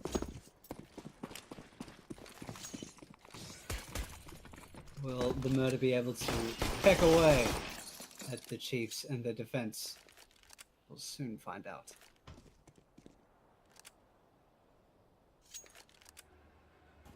With that bomb plant, Corvidae airing on the side of caution with only 2 flashes, 1 being on Ares and 1 being on Dan's. So if anything, they'll just want to get the bomb down and drop all the drop as many casualties as they can, as unlikely a scenario as it will be.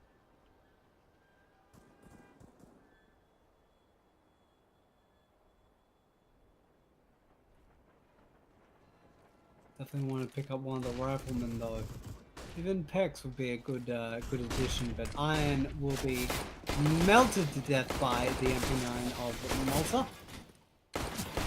Pex and Sterling being a big old defensive formation, and makes that easy peasy mac-a-cheesy for Chiefs, taking 0 casualties after 2 rounds. We do get a buy. We have flashes and smokes. Well, no smoke for Ares, but we do have flashbangs up and down the board. And head armor. I'd actually disagree with the head armor choice. Perhaps going with only Kevlar alone would have bolstered the utility for ever so slightly. Texter will get 2 to his name, and Herbs and Iron will try to steady the ship. Texter with a quick and easy 4, with Herbs being all that is left. And Malta will deny the ace, but get Chiefs through that first gun round with flying colors. Texas and Tux will be very much pleased with the current state of affairs. The entire team will, as a matter of fact. Pex has only gotten 1 frag, but he does get 1 assist. So it was a little bit of a team effort, as it were. Just be a threat, be a nuisance. Only pistols now for Corvidae. PC-50s across the board, except for Herbs, who has elected to go for the CZ-75.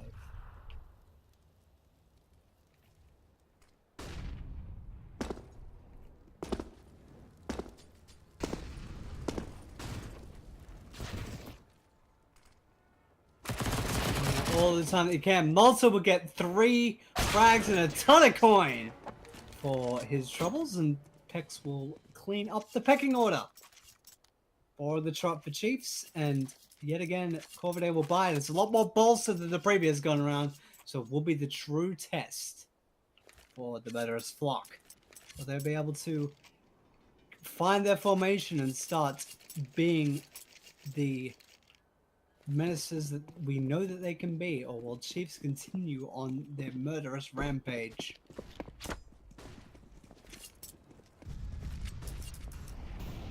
Would love to see a logo war in certain people's chat rooms.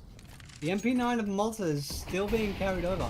Iron does not have a head armor, so better watch your melon there, bud.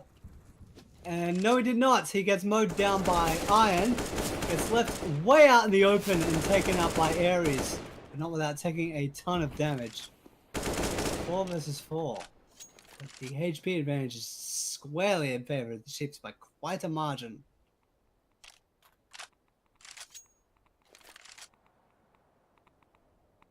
And knowing Sterling is keeping an eye on the lung position.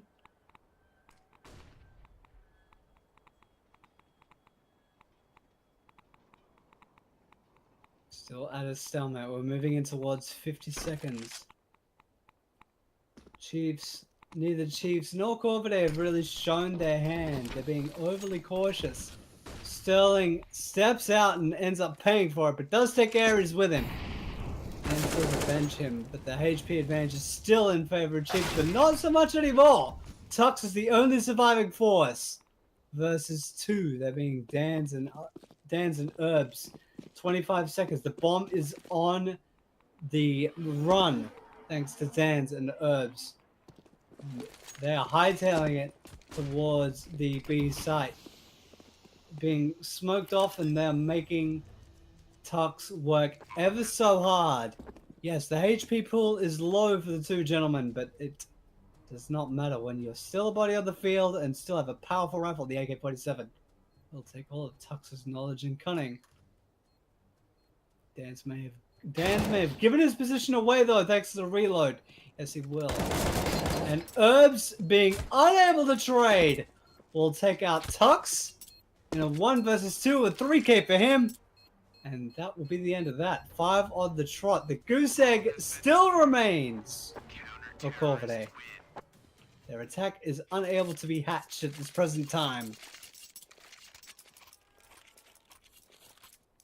Yes, they do force rebuys across the board, but when you're into 5 digits for one of your members, that being Tux, you can afford to do that. Corvidae definitely not giving up, though. You know that they got close, they'll be able to crack it this time in round number 6. Something is Maybe caught wind of the Molotov being thrown out.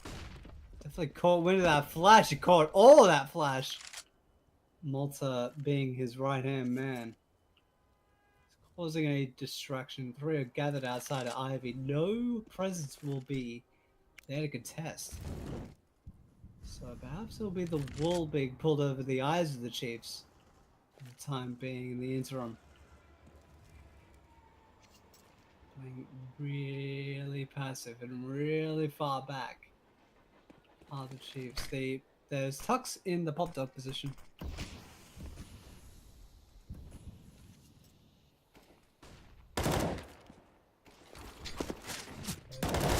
Going down. Corvidae will open the back account. Same with Herbs. Scoring the ledger. Tux being a good line of defense that will take down Ares, but the A side has been completely infiltrated.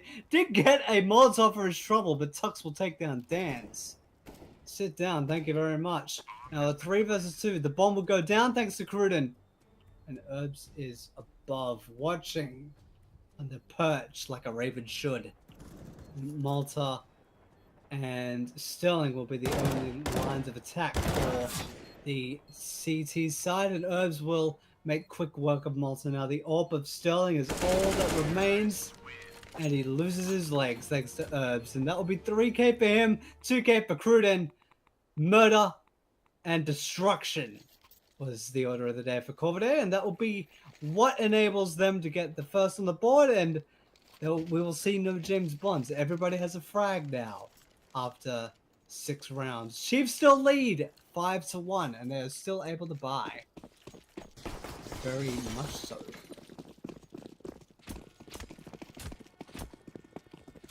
Sterling is still definitely a menace to be reckoned with, though. He does have the AWP on his back. Watching from Z. This is definitely the teams at full strength. Every PC utility board, every ideal weapon has been purchased. Now, who holds stronger in the tides of war?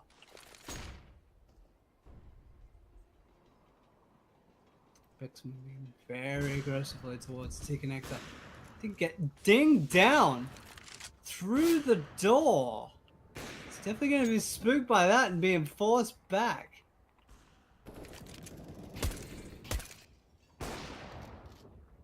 So I'll drop the windows up in heaven to prevent any sound cues. Let's move down to 50 seconds. We've seen the shoulder of Pex, and Herbs will dispatch of him. Herbs on 4 HP, but still standing. Dan's will silence Pex for the round. Herbs will be burned to a crisp by Tux. Texter will get a frag of his name as well. 3 versus 2 now. They're coming down to 30 seconds. The bomb is moving out onto the A site. Defender there being Texter. He will be swiftly silenced. Malta, it is up to you to keep the Chiefs in this. That's a good frag so far, but the bomb will go down. And will diminish from Malta, and Ares will quickly dispatch of him. Now 5-2 for Corvidae on this deciding map of this best of 3 series. This is the opening qualifier to qualify for the closed qualifier for Dreamhack Masters Marseille. The event will happen in April. The closed qualifier will be happening in March. And heavy Asian hitters Tyler Liu and Boot Dreamscape will also be in attendance to vie for that one spot in Marseille. Which will be a definite show to behold.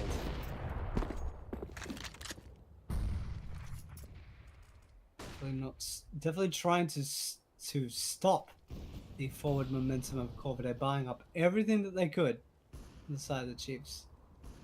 Takes that in the pop dog position. Does not even take down the boosting man of Herbs. Because it just jumped right on him like a pair of Batmen. And Corvidae will silence Tux as well. So the defenders of Chiefs being thinned out. One by one by one. Sterling goes down by Ares. A clean round for Corvidae now. And judging off of that, the momentum has been completely stumped by Chiefs, and Corvidae is starting to find their true murderous instinct. They're now in a prime position to bring the gap to 1 or even tie this map.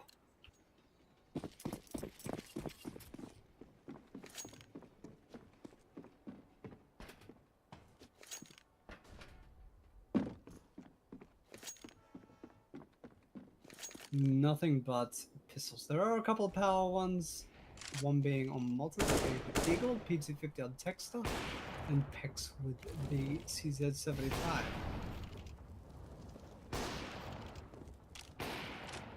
In other news, there is the match on the other side of the bracket to determine this winner's opponents. The series is tied at 1 between Tainted Minds and Knights.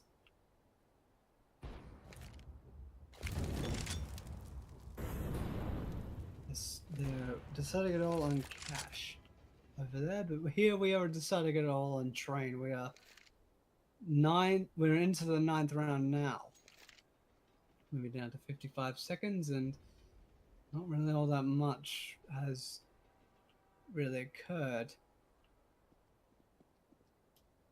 Corvidae definitely erring on the side of caution, which they definitely should, knowing how powerful the pistols can be in the right hands. Take out picks.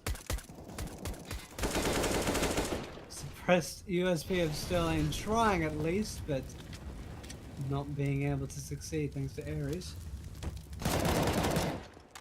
A bit of fire damage for Herbs, but he will get 2 to his name. A little bit of an ego stroke. Another Deagle of Malta versus 5 angry terrorists. Good luck, Malta. They're all counting on you. Terrorists win. And Herbs will put the bookend onto that one. A 3K for him.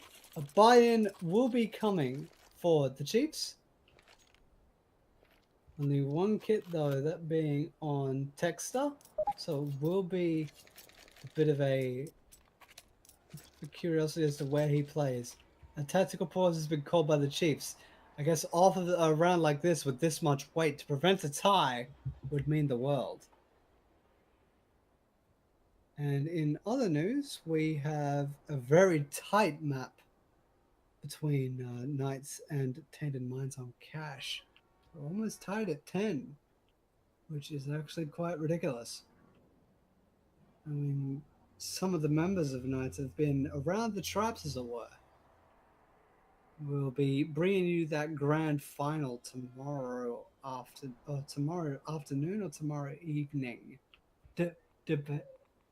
depending on your time zone. But it will be 8 p.m. Australian Eastern Daylight Time. We'll be bringing you that here in full living fragtastic color. 1 minute to go in the timeout. They will definitely be considering all of their options. No armor for Sterling, so more than likely he'll be going glass cannon. I mean, with the smoke and the flash. Got off a sight line. Utility will be brought up by Pex. Yep, we see a Molotov smoke and flash. And Molotov smoke and 2 flashes for Tux. Could be as good. It's as good of a buy as you would ask for if you were asking to tie this map. If you were wanting to prevent one from occurring, you would be wanting to not put a foot wrong and just basically prevent Corvidae from undoing all the good work that you did for the opening set of rounds.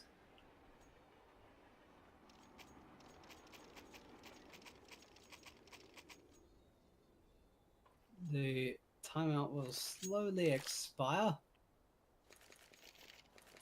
And it looks like, yeah, my assumptions are confirmed. We are seeing a glass cannon orb on the back of Sterling. Iron will still hold on to his orb. We have full utility on the side of Corvidae. And basically Chiefs throwing everything that they can at this round. Go is the call. To spread out, no plan. They trying at all. They're holding Z and only having one lone B defender. Cruden moving like a bat out of hell towards brown holes. Bomb moving up in those brown holes as well. Dan's moving in to join him. Ares being the bomb carrier. The smoke will go up to prevent Corvidae from advancing without a clean line of sight, but that hasn't stopped people before. Two defenders on the B side proper, one behind the bomb train, starting to retreat. After catching with some limbs. And some warning shots. And preventing any potential spillage moving out into the A side. We'll take out one, but Malta will be traded by Dan. Tux being the only line of defense and holding strong thus far. We'll take out two, but Herbs will sit him out. And now the AWP carrier of Iron is all that exists, and he does not exist anymore. Thanks to the AWP of Sterling. That tactical pause did a world of wonders for Chiefs, and they get their first round on the board in quite a while. And they do not have a care in the world to worry about in terms of a buy, but one member's bought down to 750, that being the AWP carrier of Iron. That may be a cause for concern a little later on. That may prevent the AWP being used at all. It may just only be rifles and machine guns. He's catching the ire of Texas. So is Herbs. Herbs will be taken out with ease. Sterling will drop his AWP counterpart of Iron. And Texas being the only man taking damage, and he took 2 frags for it. So that's his job well and truly done.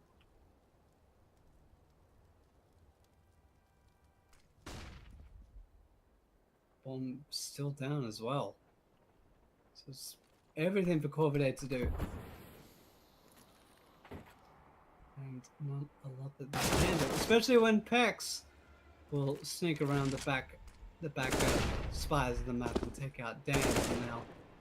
Cruden definitely being forced to be reckoned with thus far in the series, but he will have it all to do. We'll have to go through all the Chiefs to be able to bring this round to a winner for Corvidae.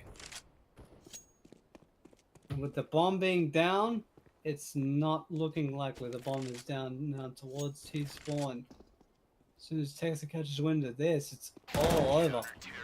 And coat hanging goes Cruden's ragdoll at the hands of Texas. That was 3 for him. Now a 7th for Chiefs. In the train of old, you would expect nothing but CT rounds from here on out. But in this new train, it's going pretty much as expected in the grand scheme of things. And a buy. Moving in for Corvidae. They definitely wanting to make a go of it. They definitely can. Took a while, but Dan's picked up the AK that was strewn about.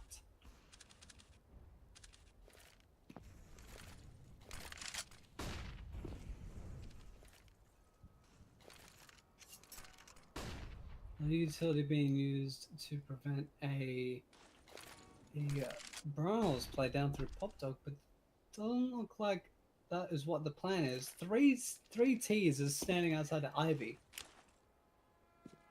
There is one member watching that potential follow through, that being Sterling. So if they caught wind of it now with the Molotov and smoke being thrown out, on the move on the back of Ares, and cause a ruckus. He's just starting to step out. Sterling, with the patience of a saint, did get rewarded, but with a frag on the Herbs and a lot of damage done. Pex will be in to back him up, staying on top of the blue train. Texa and Pex and Sterling all chiming in and getting a clean round to win out the half. Patience is a virtue, and that was on display thanks to Sterling. He held that angle for a long time, knowing that Corvidae would eventually step out based off of their utility usage. It showed their hand, showed off their plan of attack, and he was rewarded handsomely. And the Chiefs ended up cleaning up the scraps. Crows were eradicated, and now only 2 bits of armor, a couple power pistols, a flash, and a smoke on herbs.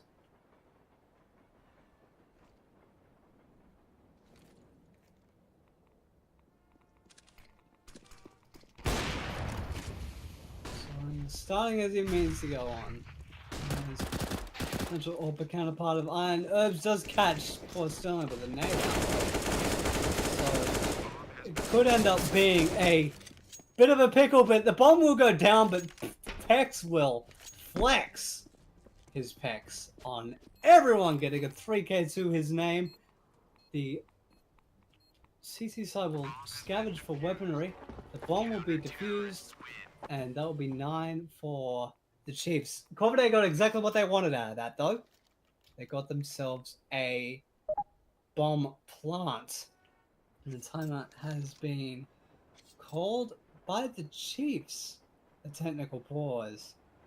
Looks like there could be a myriad of issues. There could be a ping spike. There could be a severance in our tin cans and string. We could have a server issue. We could have a technical issue, as in a rig has decided to turn to a Harrier jet and maybe wants to fly away.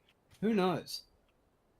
But this could end up biting the Chiefs in the arse. They are having a good string of momentum, winning a fair few on the trot now. This is basically stopping any potential comeback that Corvidae would have had in mind. And it looks like we know the opponent for tomorrow night. Tainted Minds has won over Knights in a best of 3 series, 2 maps to 1. And my site is broken, so I can't bring that result in full to you, but I do know that it was actually 16-10 on the final map of Cash. All good effort for Knights to take it to one of the figureheads in Australian CS, and good effort to them. Tainted Minds will see you tomorrow night, but that does not concern us right now. We'll look at the run that it took for these gentlemen to actually get here.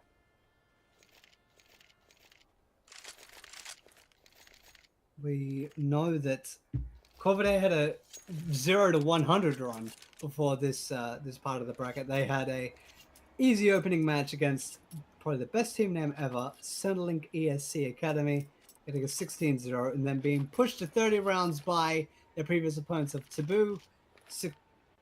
And the Chiefs had two wins, 16-9 to Gargoyle and 16-12 to Lucky 7. But in that time, the timer has concluded. The buys are looking pretty much even. Well, aside from Iron, unless he's got a weapon dropped for him. I would hope so. Yes, he does. He does have the big green gun. We'll have 2 options to contend with this time, that being Sterling and Malta.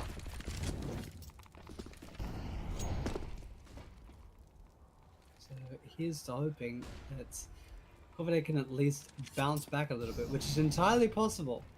If you're a T side, a 6th round, 9-6 half would be pretty peachy going into your CT side on train in this modern incarnation.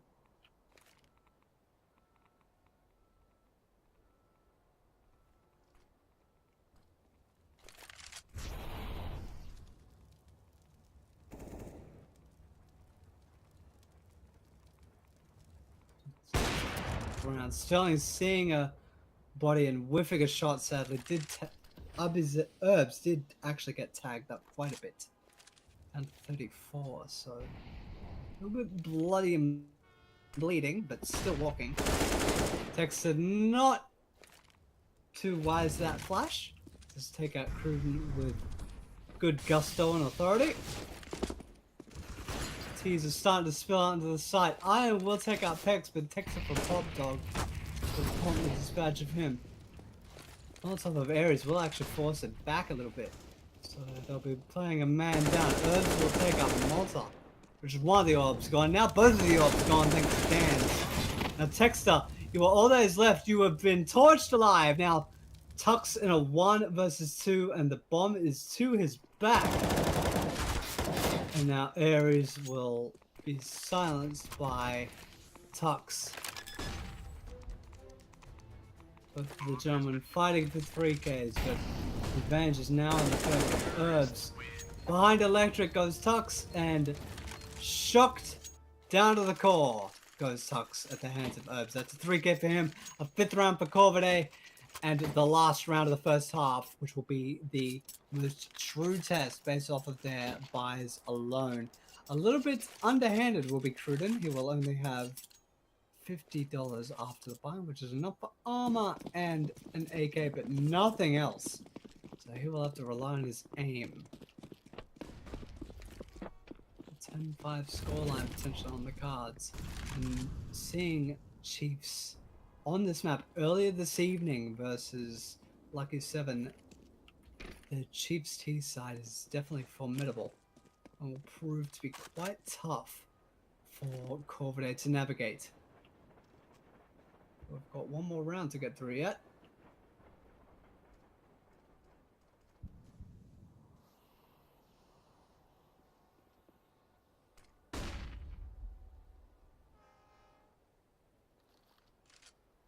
So wanting to move things along at a little bit more of a brisk pace. The T connector. Texter will be the first line of defense to take down Iron quickly. The bomb carrier as well, and Dance. Texter flying off the handle with 3 to his name. Will finally be replied to by Herbs, but that is quite the showing. Sterling will be the op from long range and drop Cruden's former compatriot, and now he will be all that remains. Now he remains no more. 10-5 at the change at this final map. This best of 3 series between Corvidae and Chiefs to go to the grand final of the Dreamhack Masters Marseille Open Qualifiers for Oceania, powered by So Strong, provided by CappingTV, and casted by me, Justin, aka Cyberwaste. We greatly appreciate your company here. And now this is for all the marbles. Utility for 2 men, being Sterling and Tux. Armor elsewhere, and armored up all but 1. Ares being the diffuse man, and also has a smoke to his name. Let's execute. Looking to go out from the A. Moving out towards the A side. Will Cruden be able to catch a straggler or 2? Does have backup as well. But they've moved right out onto the A side proper in quick order. Peck's putting the bomb down. In a 5 versus 5 retake, 3 gathered outside of Z. Iron in hell. Starting to pedal back. Pex has definitely made his presence felt there. A bit of a skirmish there. Texas being tagged up. Sterling is silenced. Cruden with an authoritative 1-tap. Gotten 2 to his name. Now, Herbs is all that is left from heaven. An angel will not save you. You have been sent to the grave by Texter. That is the pistol round that Chiefs needed to keep their momentum going. And the Chiefs will grow legs. They are now on 11 to the 5 of Corvidae. And they are buying into it with head armor and presumably a scout on Iron. Oh, a CZ. They're going full CZ, full armor, and a single hint of smoke on Herbs. Interesting. And with this current gun buy from Chiefs, it's relying on long and close range. Cruden will drop the bomb at his feet at Pop Dog, and that is the Galil taken out of commission. That is huge. Huge amounts of intel, especially with the bomb going down. This entire thing is on its head very early on.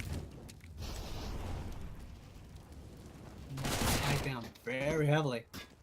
Tux and his Mac 10 will steady the ship a little bit more, but Malta is definitely a grave cause for concern now.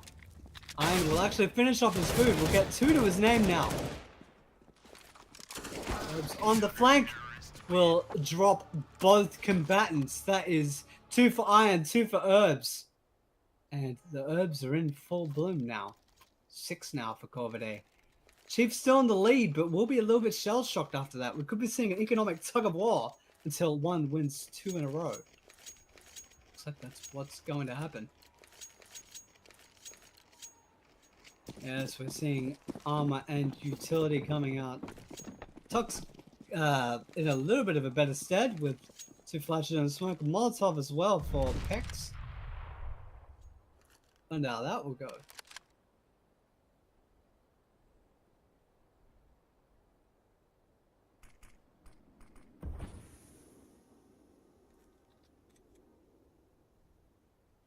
All gathering outside of Brown Halls. It looks like a tide of war is coming onto the B site.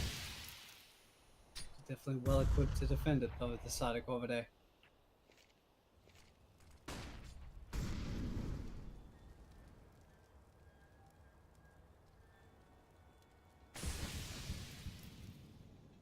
Smoke will actually cut off any further advancement, so it might force the Chiefs' hand in the future. The utility is coming out on the B site. Bombs moving down Pop Dog though. They may be trying to pull the wool over the eyes of Corvidae. Curtin might be a little bit too wise to it though. And did try to be taken out by Texas, but it was to no avail. Malta is the only one to reply thus far. Malta and Sterling were the only ones to reply. And Malta is all those left. M4 is in his hand, sure. But Iron and Herbs are still up. The bomb is down at their feet. It's been a game of snakes and ladders. Malta will take out Iron. Now we are down to a duel. And Herbs will win said duel. We are down to 7 and 11.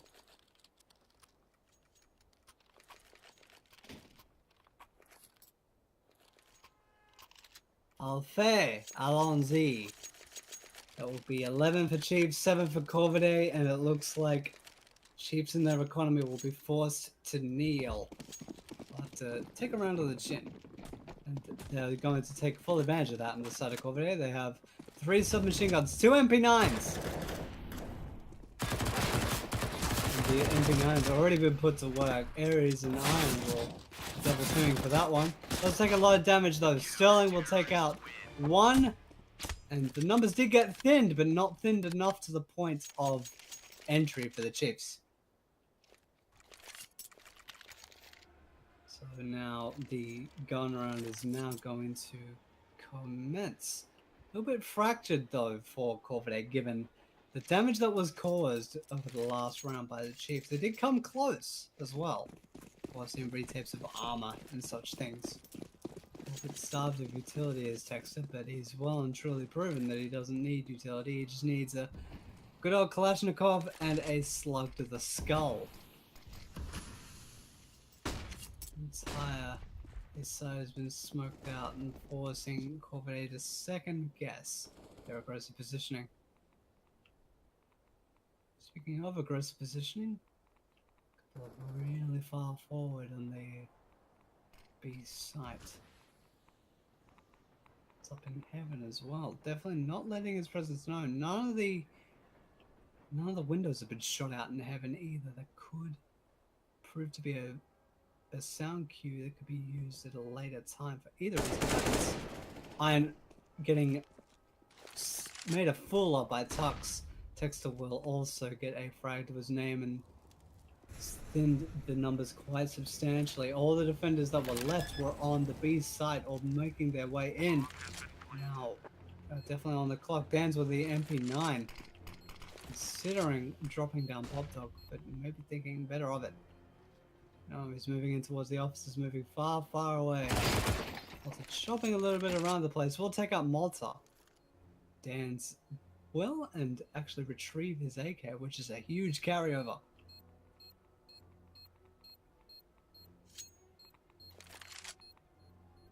So all things considered, that is actually a huge, huge dent to the Chiefs.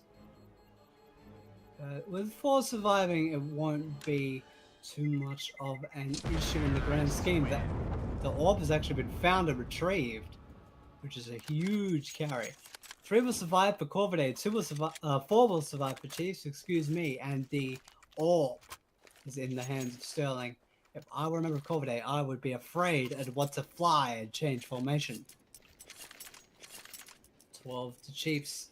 And if the Chiefs win this could be their potential opening to run away with it all.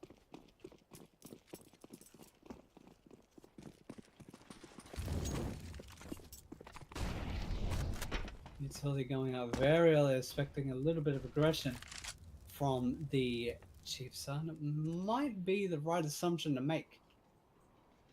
We'll hold them off for the time being.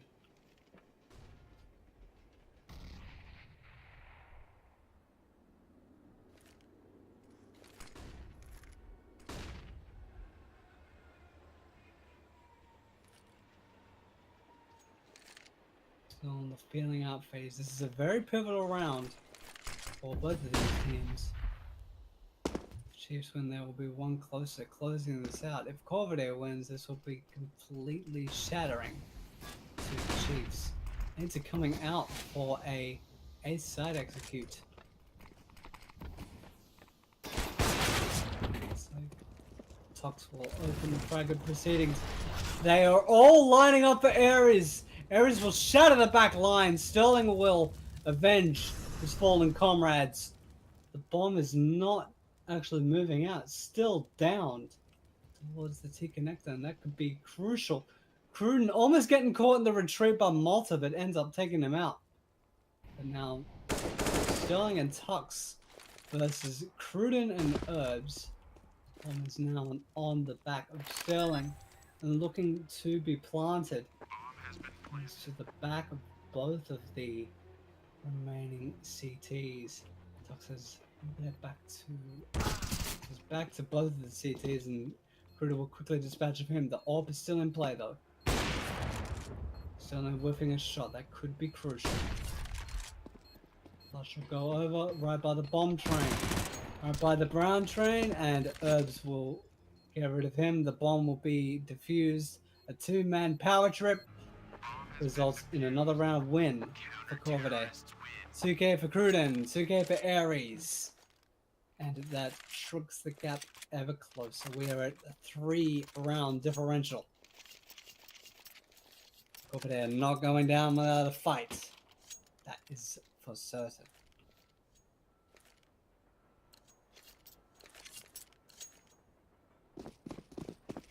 Chiefs definitely clearing the coffers though. They're not wanting to let the gap shrink any further. They're just wanting to get this done. Running out the T connector. The firebomb will be there to greet them as a welcome mat. Fire mat for the shore. Fire welcome mat for the shores of hell. Texter and Pex will be the fraggers for Chiefs thus far. They're even 3 versus 3. The numbers being thin for the defense as well as the attack. Now, amongst that flurry is now Tux being all that is left in a 1 versus 2. The bomb is down on the bomb train though. So Corvidae definitely with it all to play for. Having the upper hand. The glass is not shattered either up top. It's only a matter of time until he sees the head of Cruden. Did he see the outline? No, he did not. Cruden will take him down from up in heaven. He'd go down, but that will be a shrinkage even closer. We're now down to 2, and Corvidae is down a man. A member has disconnected, and we shall wait for them to return. After seeing the last 2 maps, roughly 60 rounds give or take between these two, and then add another 70, 80, another 20 onto that, so it'll be around 80 or so rounds. Quite a back and forth affair, which definitely is definitely to be expected, knowing the Australian scene. They can turn on each other in any given day if they want to.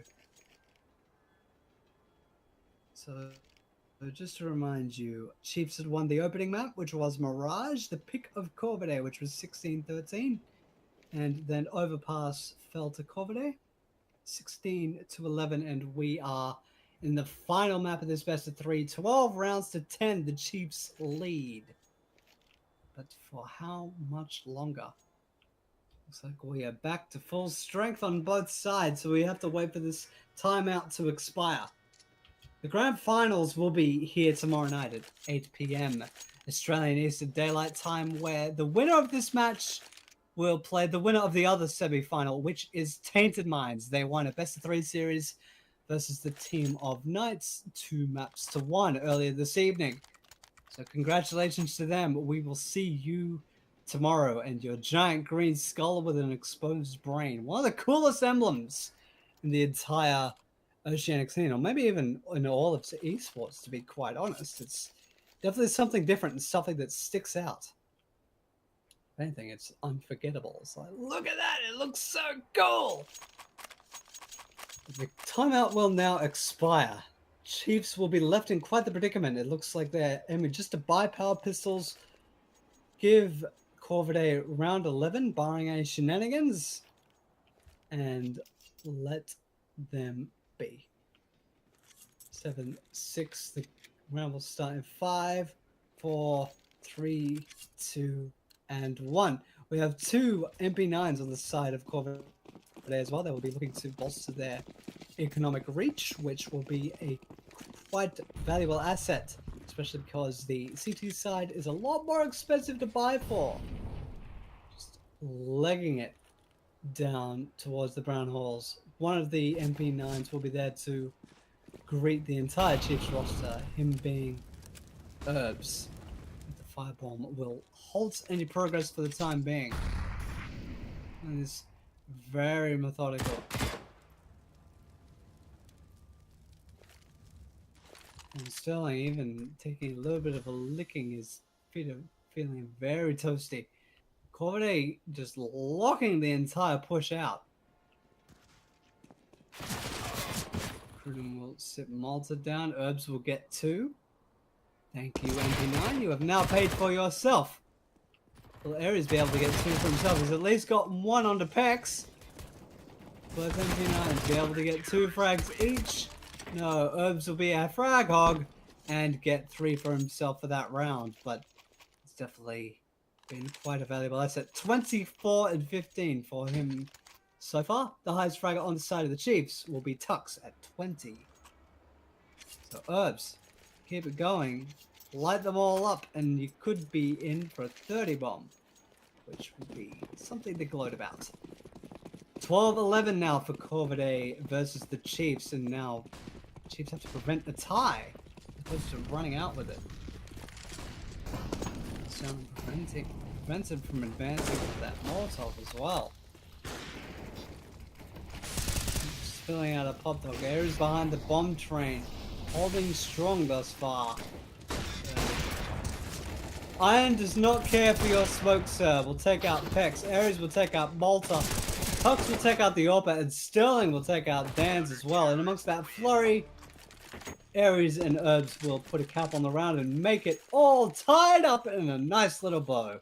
12 apiece for Chiefs and Corvidae, moving into round number 25. And Chiefs will have to cop this one on the chin, as opposed to going an armored pistol, which looked to be the case ever so briefly, but maybe not. They are aiming just to 5 pistols to even their economy out. They have 4 CZs and a deagle and 2 flashes. Maybe Chiefs can be magic men and make something out of nothing. Can a small investment shatter $31,000 worth of economy? Worth of M4s, AWPs, AKs, utility. Well equipped CTs at that.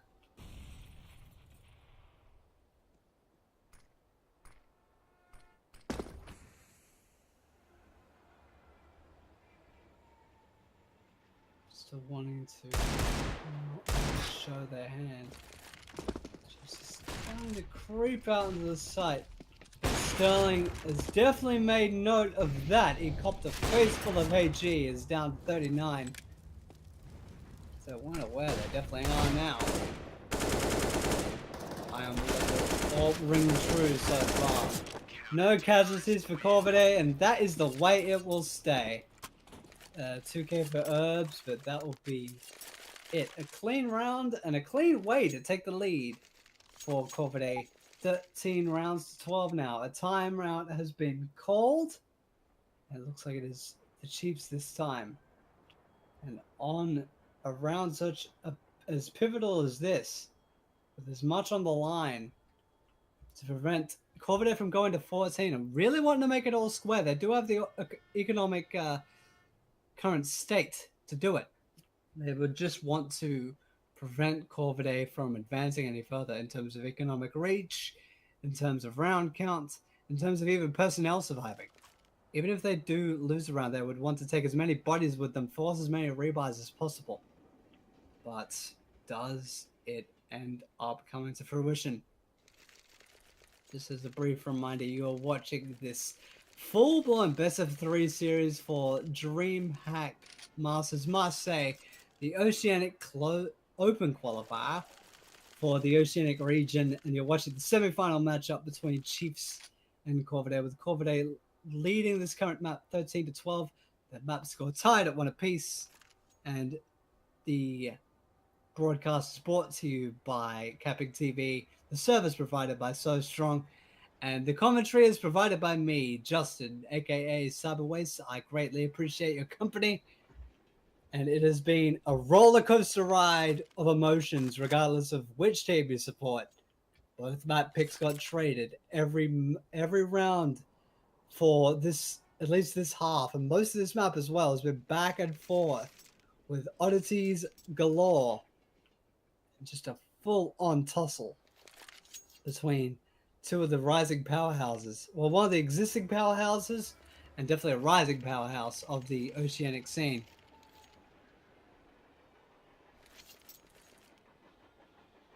And let's set sail. Let's upgrade from a rowboat to a cruise liner. Let's cruise to the finish line. 13 for Corvidae, 12 for Chiefs. Chiefs' chance to tie, and Corvidae's chance to fly, break away as the murder that they say that they are, both in terms of their mascot and in terms of their branding. Can it remain consistent? We will find out now. We're breaking out into the A site. And Herb's watching at Ivy as well.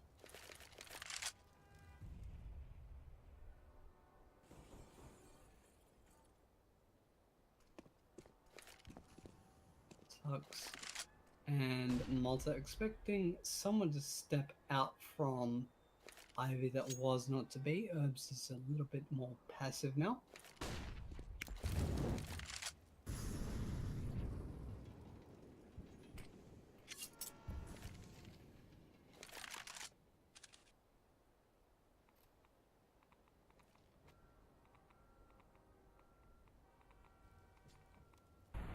Really banking on an aggressive A push. This side of Corvidae.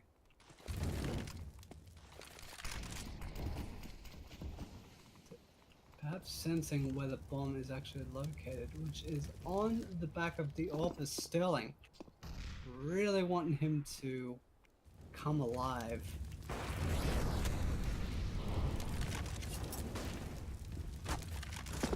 Through the Molotov, Sterling goes. Will that end up paying back? No, Texter will take out Dan. Sterling will take out Ares. Malta will thin the numbers even further. The Orb of Iron still holding strong, but for how long? A combined 48 HP versus Sterling, but the bomb is down in amongst that absolute amount of carnage. The bomb is on the other side of the smoke though. The time is not on Sterling's side. Cruda will step out and take down Sterling. Despite the strong effort of the Chiefs, it was not enough. And Corvidae will stand strong and go to 14 and edge ever closer to advancing to the grand finals versus Tainted Minds, which will be on show tomorrow. And Chiefs definitely not laying down. They were definitely not wanting to tie, especially after all this. We could be seeing a full 30 rounds. We will be seeing a full 30 rounds if this is brought to 15 on one side and 14 on the other.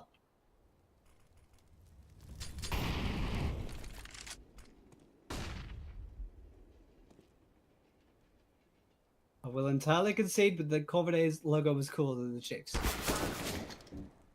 Cruden will open the 27th round by taking out Fixer in quick order. Malta looking to trade that through. Ivy does take Dan's down to 42, but it is not enough to put a body in the grave.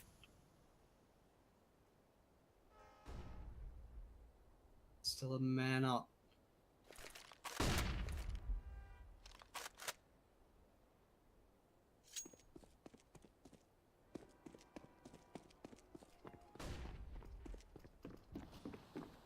Ball's still down. We're going down to 50 seconds. If the attackers of the Chiefs were on the back foot now, Chiefs' chances are ever dwindling. Touchdown Pop Dog will try to steady the ship. We're taking out Ares. Whipping a shot. Maybe that will be the gate to open. No. The gate will be shut in Tux's face. Now Malta will be alone on an island versus the rest of Corvidae. And he will be pecked to death by Iron. And a match point for Corvidae. If Chiefs want to continue, they will have to push this the distance and then some. The Chiefs will be wanting to call for a timeout, it would seem. And perhaps wanting to put Corvidae on ice because this is basically their last effort. They have everything left to give. And judging off of Pex's buy, he's thrown everything at it. He's got a Galil, head armor, and basically very little else. I think he could only buy a flash off of that.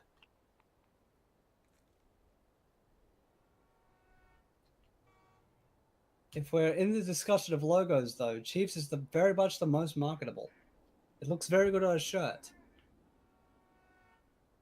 But it's not really a good debate. We'll let the skills do the talking. We are currently at match point for Corvidae. Chiefs trying to fight to stay alive. 4 Galils across the board thus far, with a little bit of utility. But Chiefs will have to strong arm what has been a very poignant and stone-walled defense.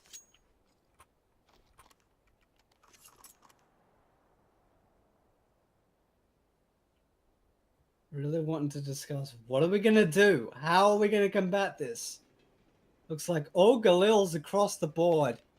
35 ammunition magazines spread between the 5 members of the Chiefs. A little bit of utility sprinkled in amongst that as well. We have smokes and flashes for 3 of the members. Only a smoke for Texter. Looks like they may be executing the cards. They may be wanting to quick and blunt force it. But Corvidae may be a little bit too wise to that. We'll have to wait and see. The timeout will shortly expire in 15 seconds. Corvidae do have a little bit of room to work, especially because of their economic standing as well, even after round loss bonuses and things. There are a couple of players that are more than well equipped to drop a piece of weaponry should Corvidae so need it. They will not need it if they get the win right here. Chiefs, it is all for nothing. It is all for naught. They have to throw everything that they can out on the table. Can they stay alive, or will the murder envelop them? We will find out now.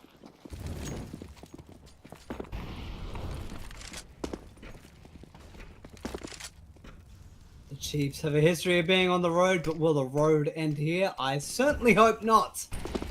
I want this matchup to continue. They could frag forever, as far as I'm concerned. They've put on a show. And thank you all for joining us watching said show. We appreciate your company. We're moving in towards the T connector.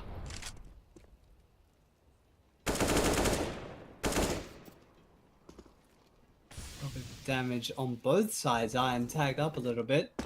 Sterling is as well. Sterling will be eyeing that all on the back of Iron.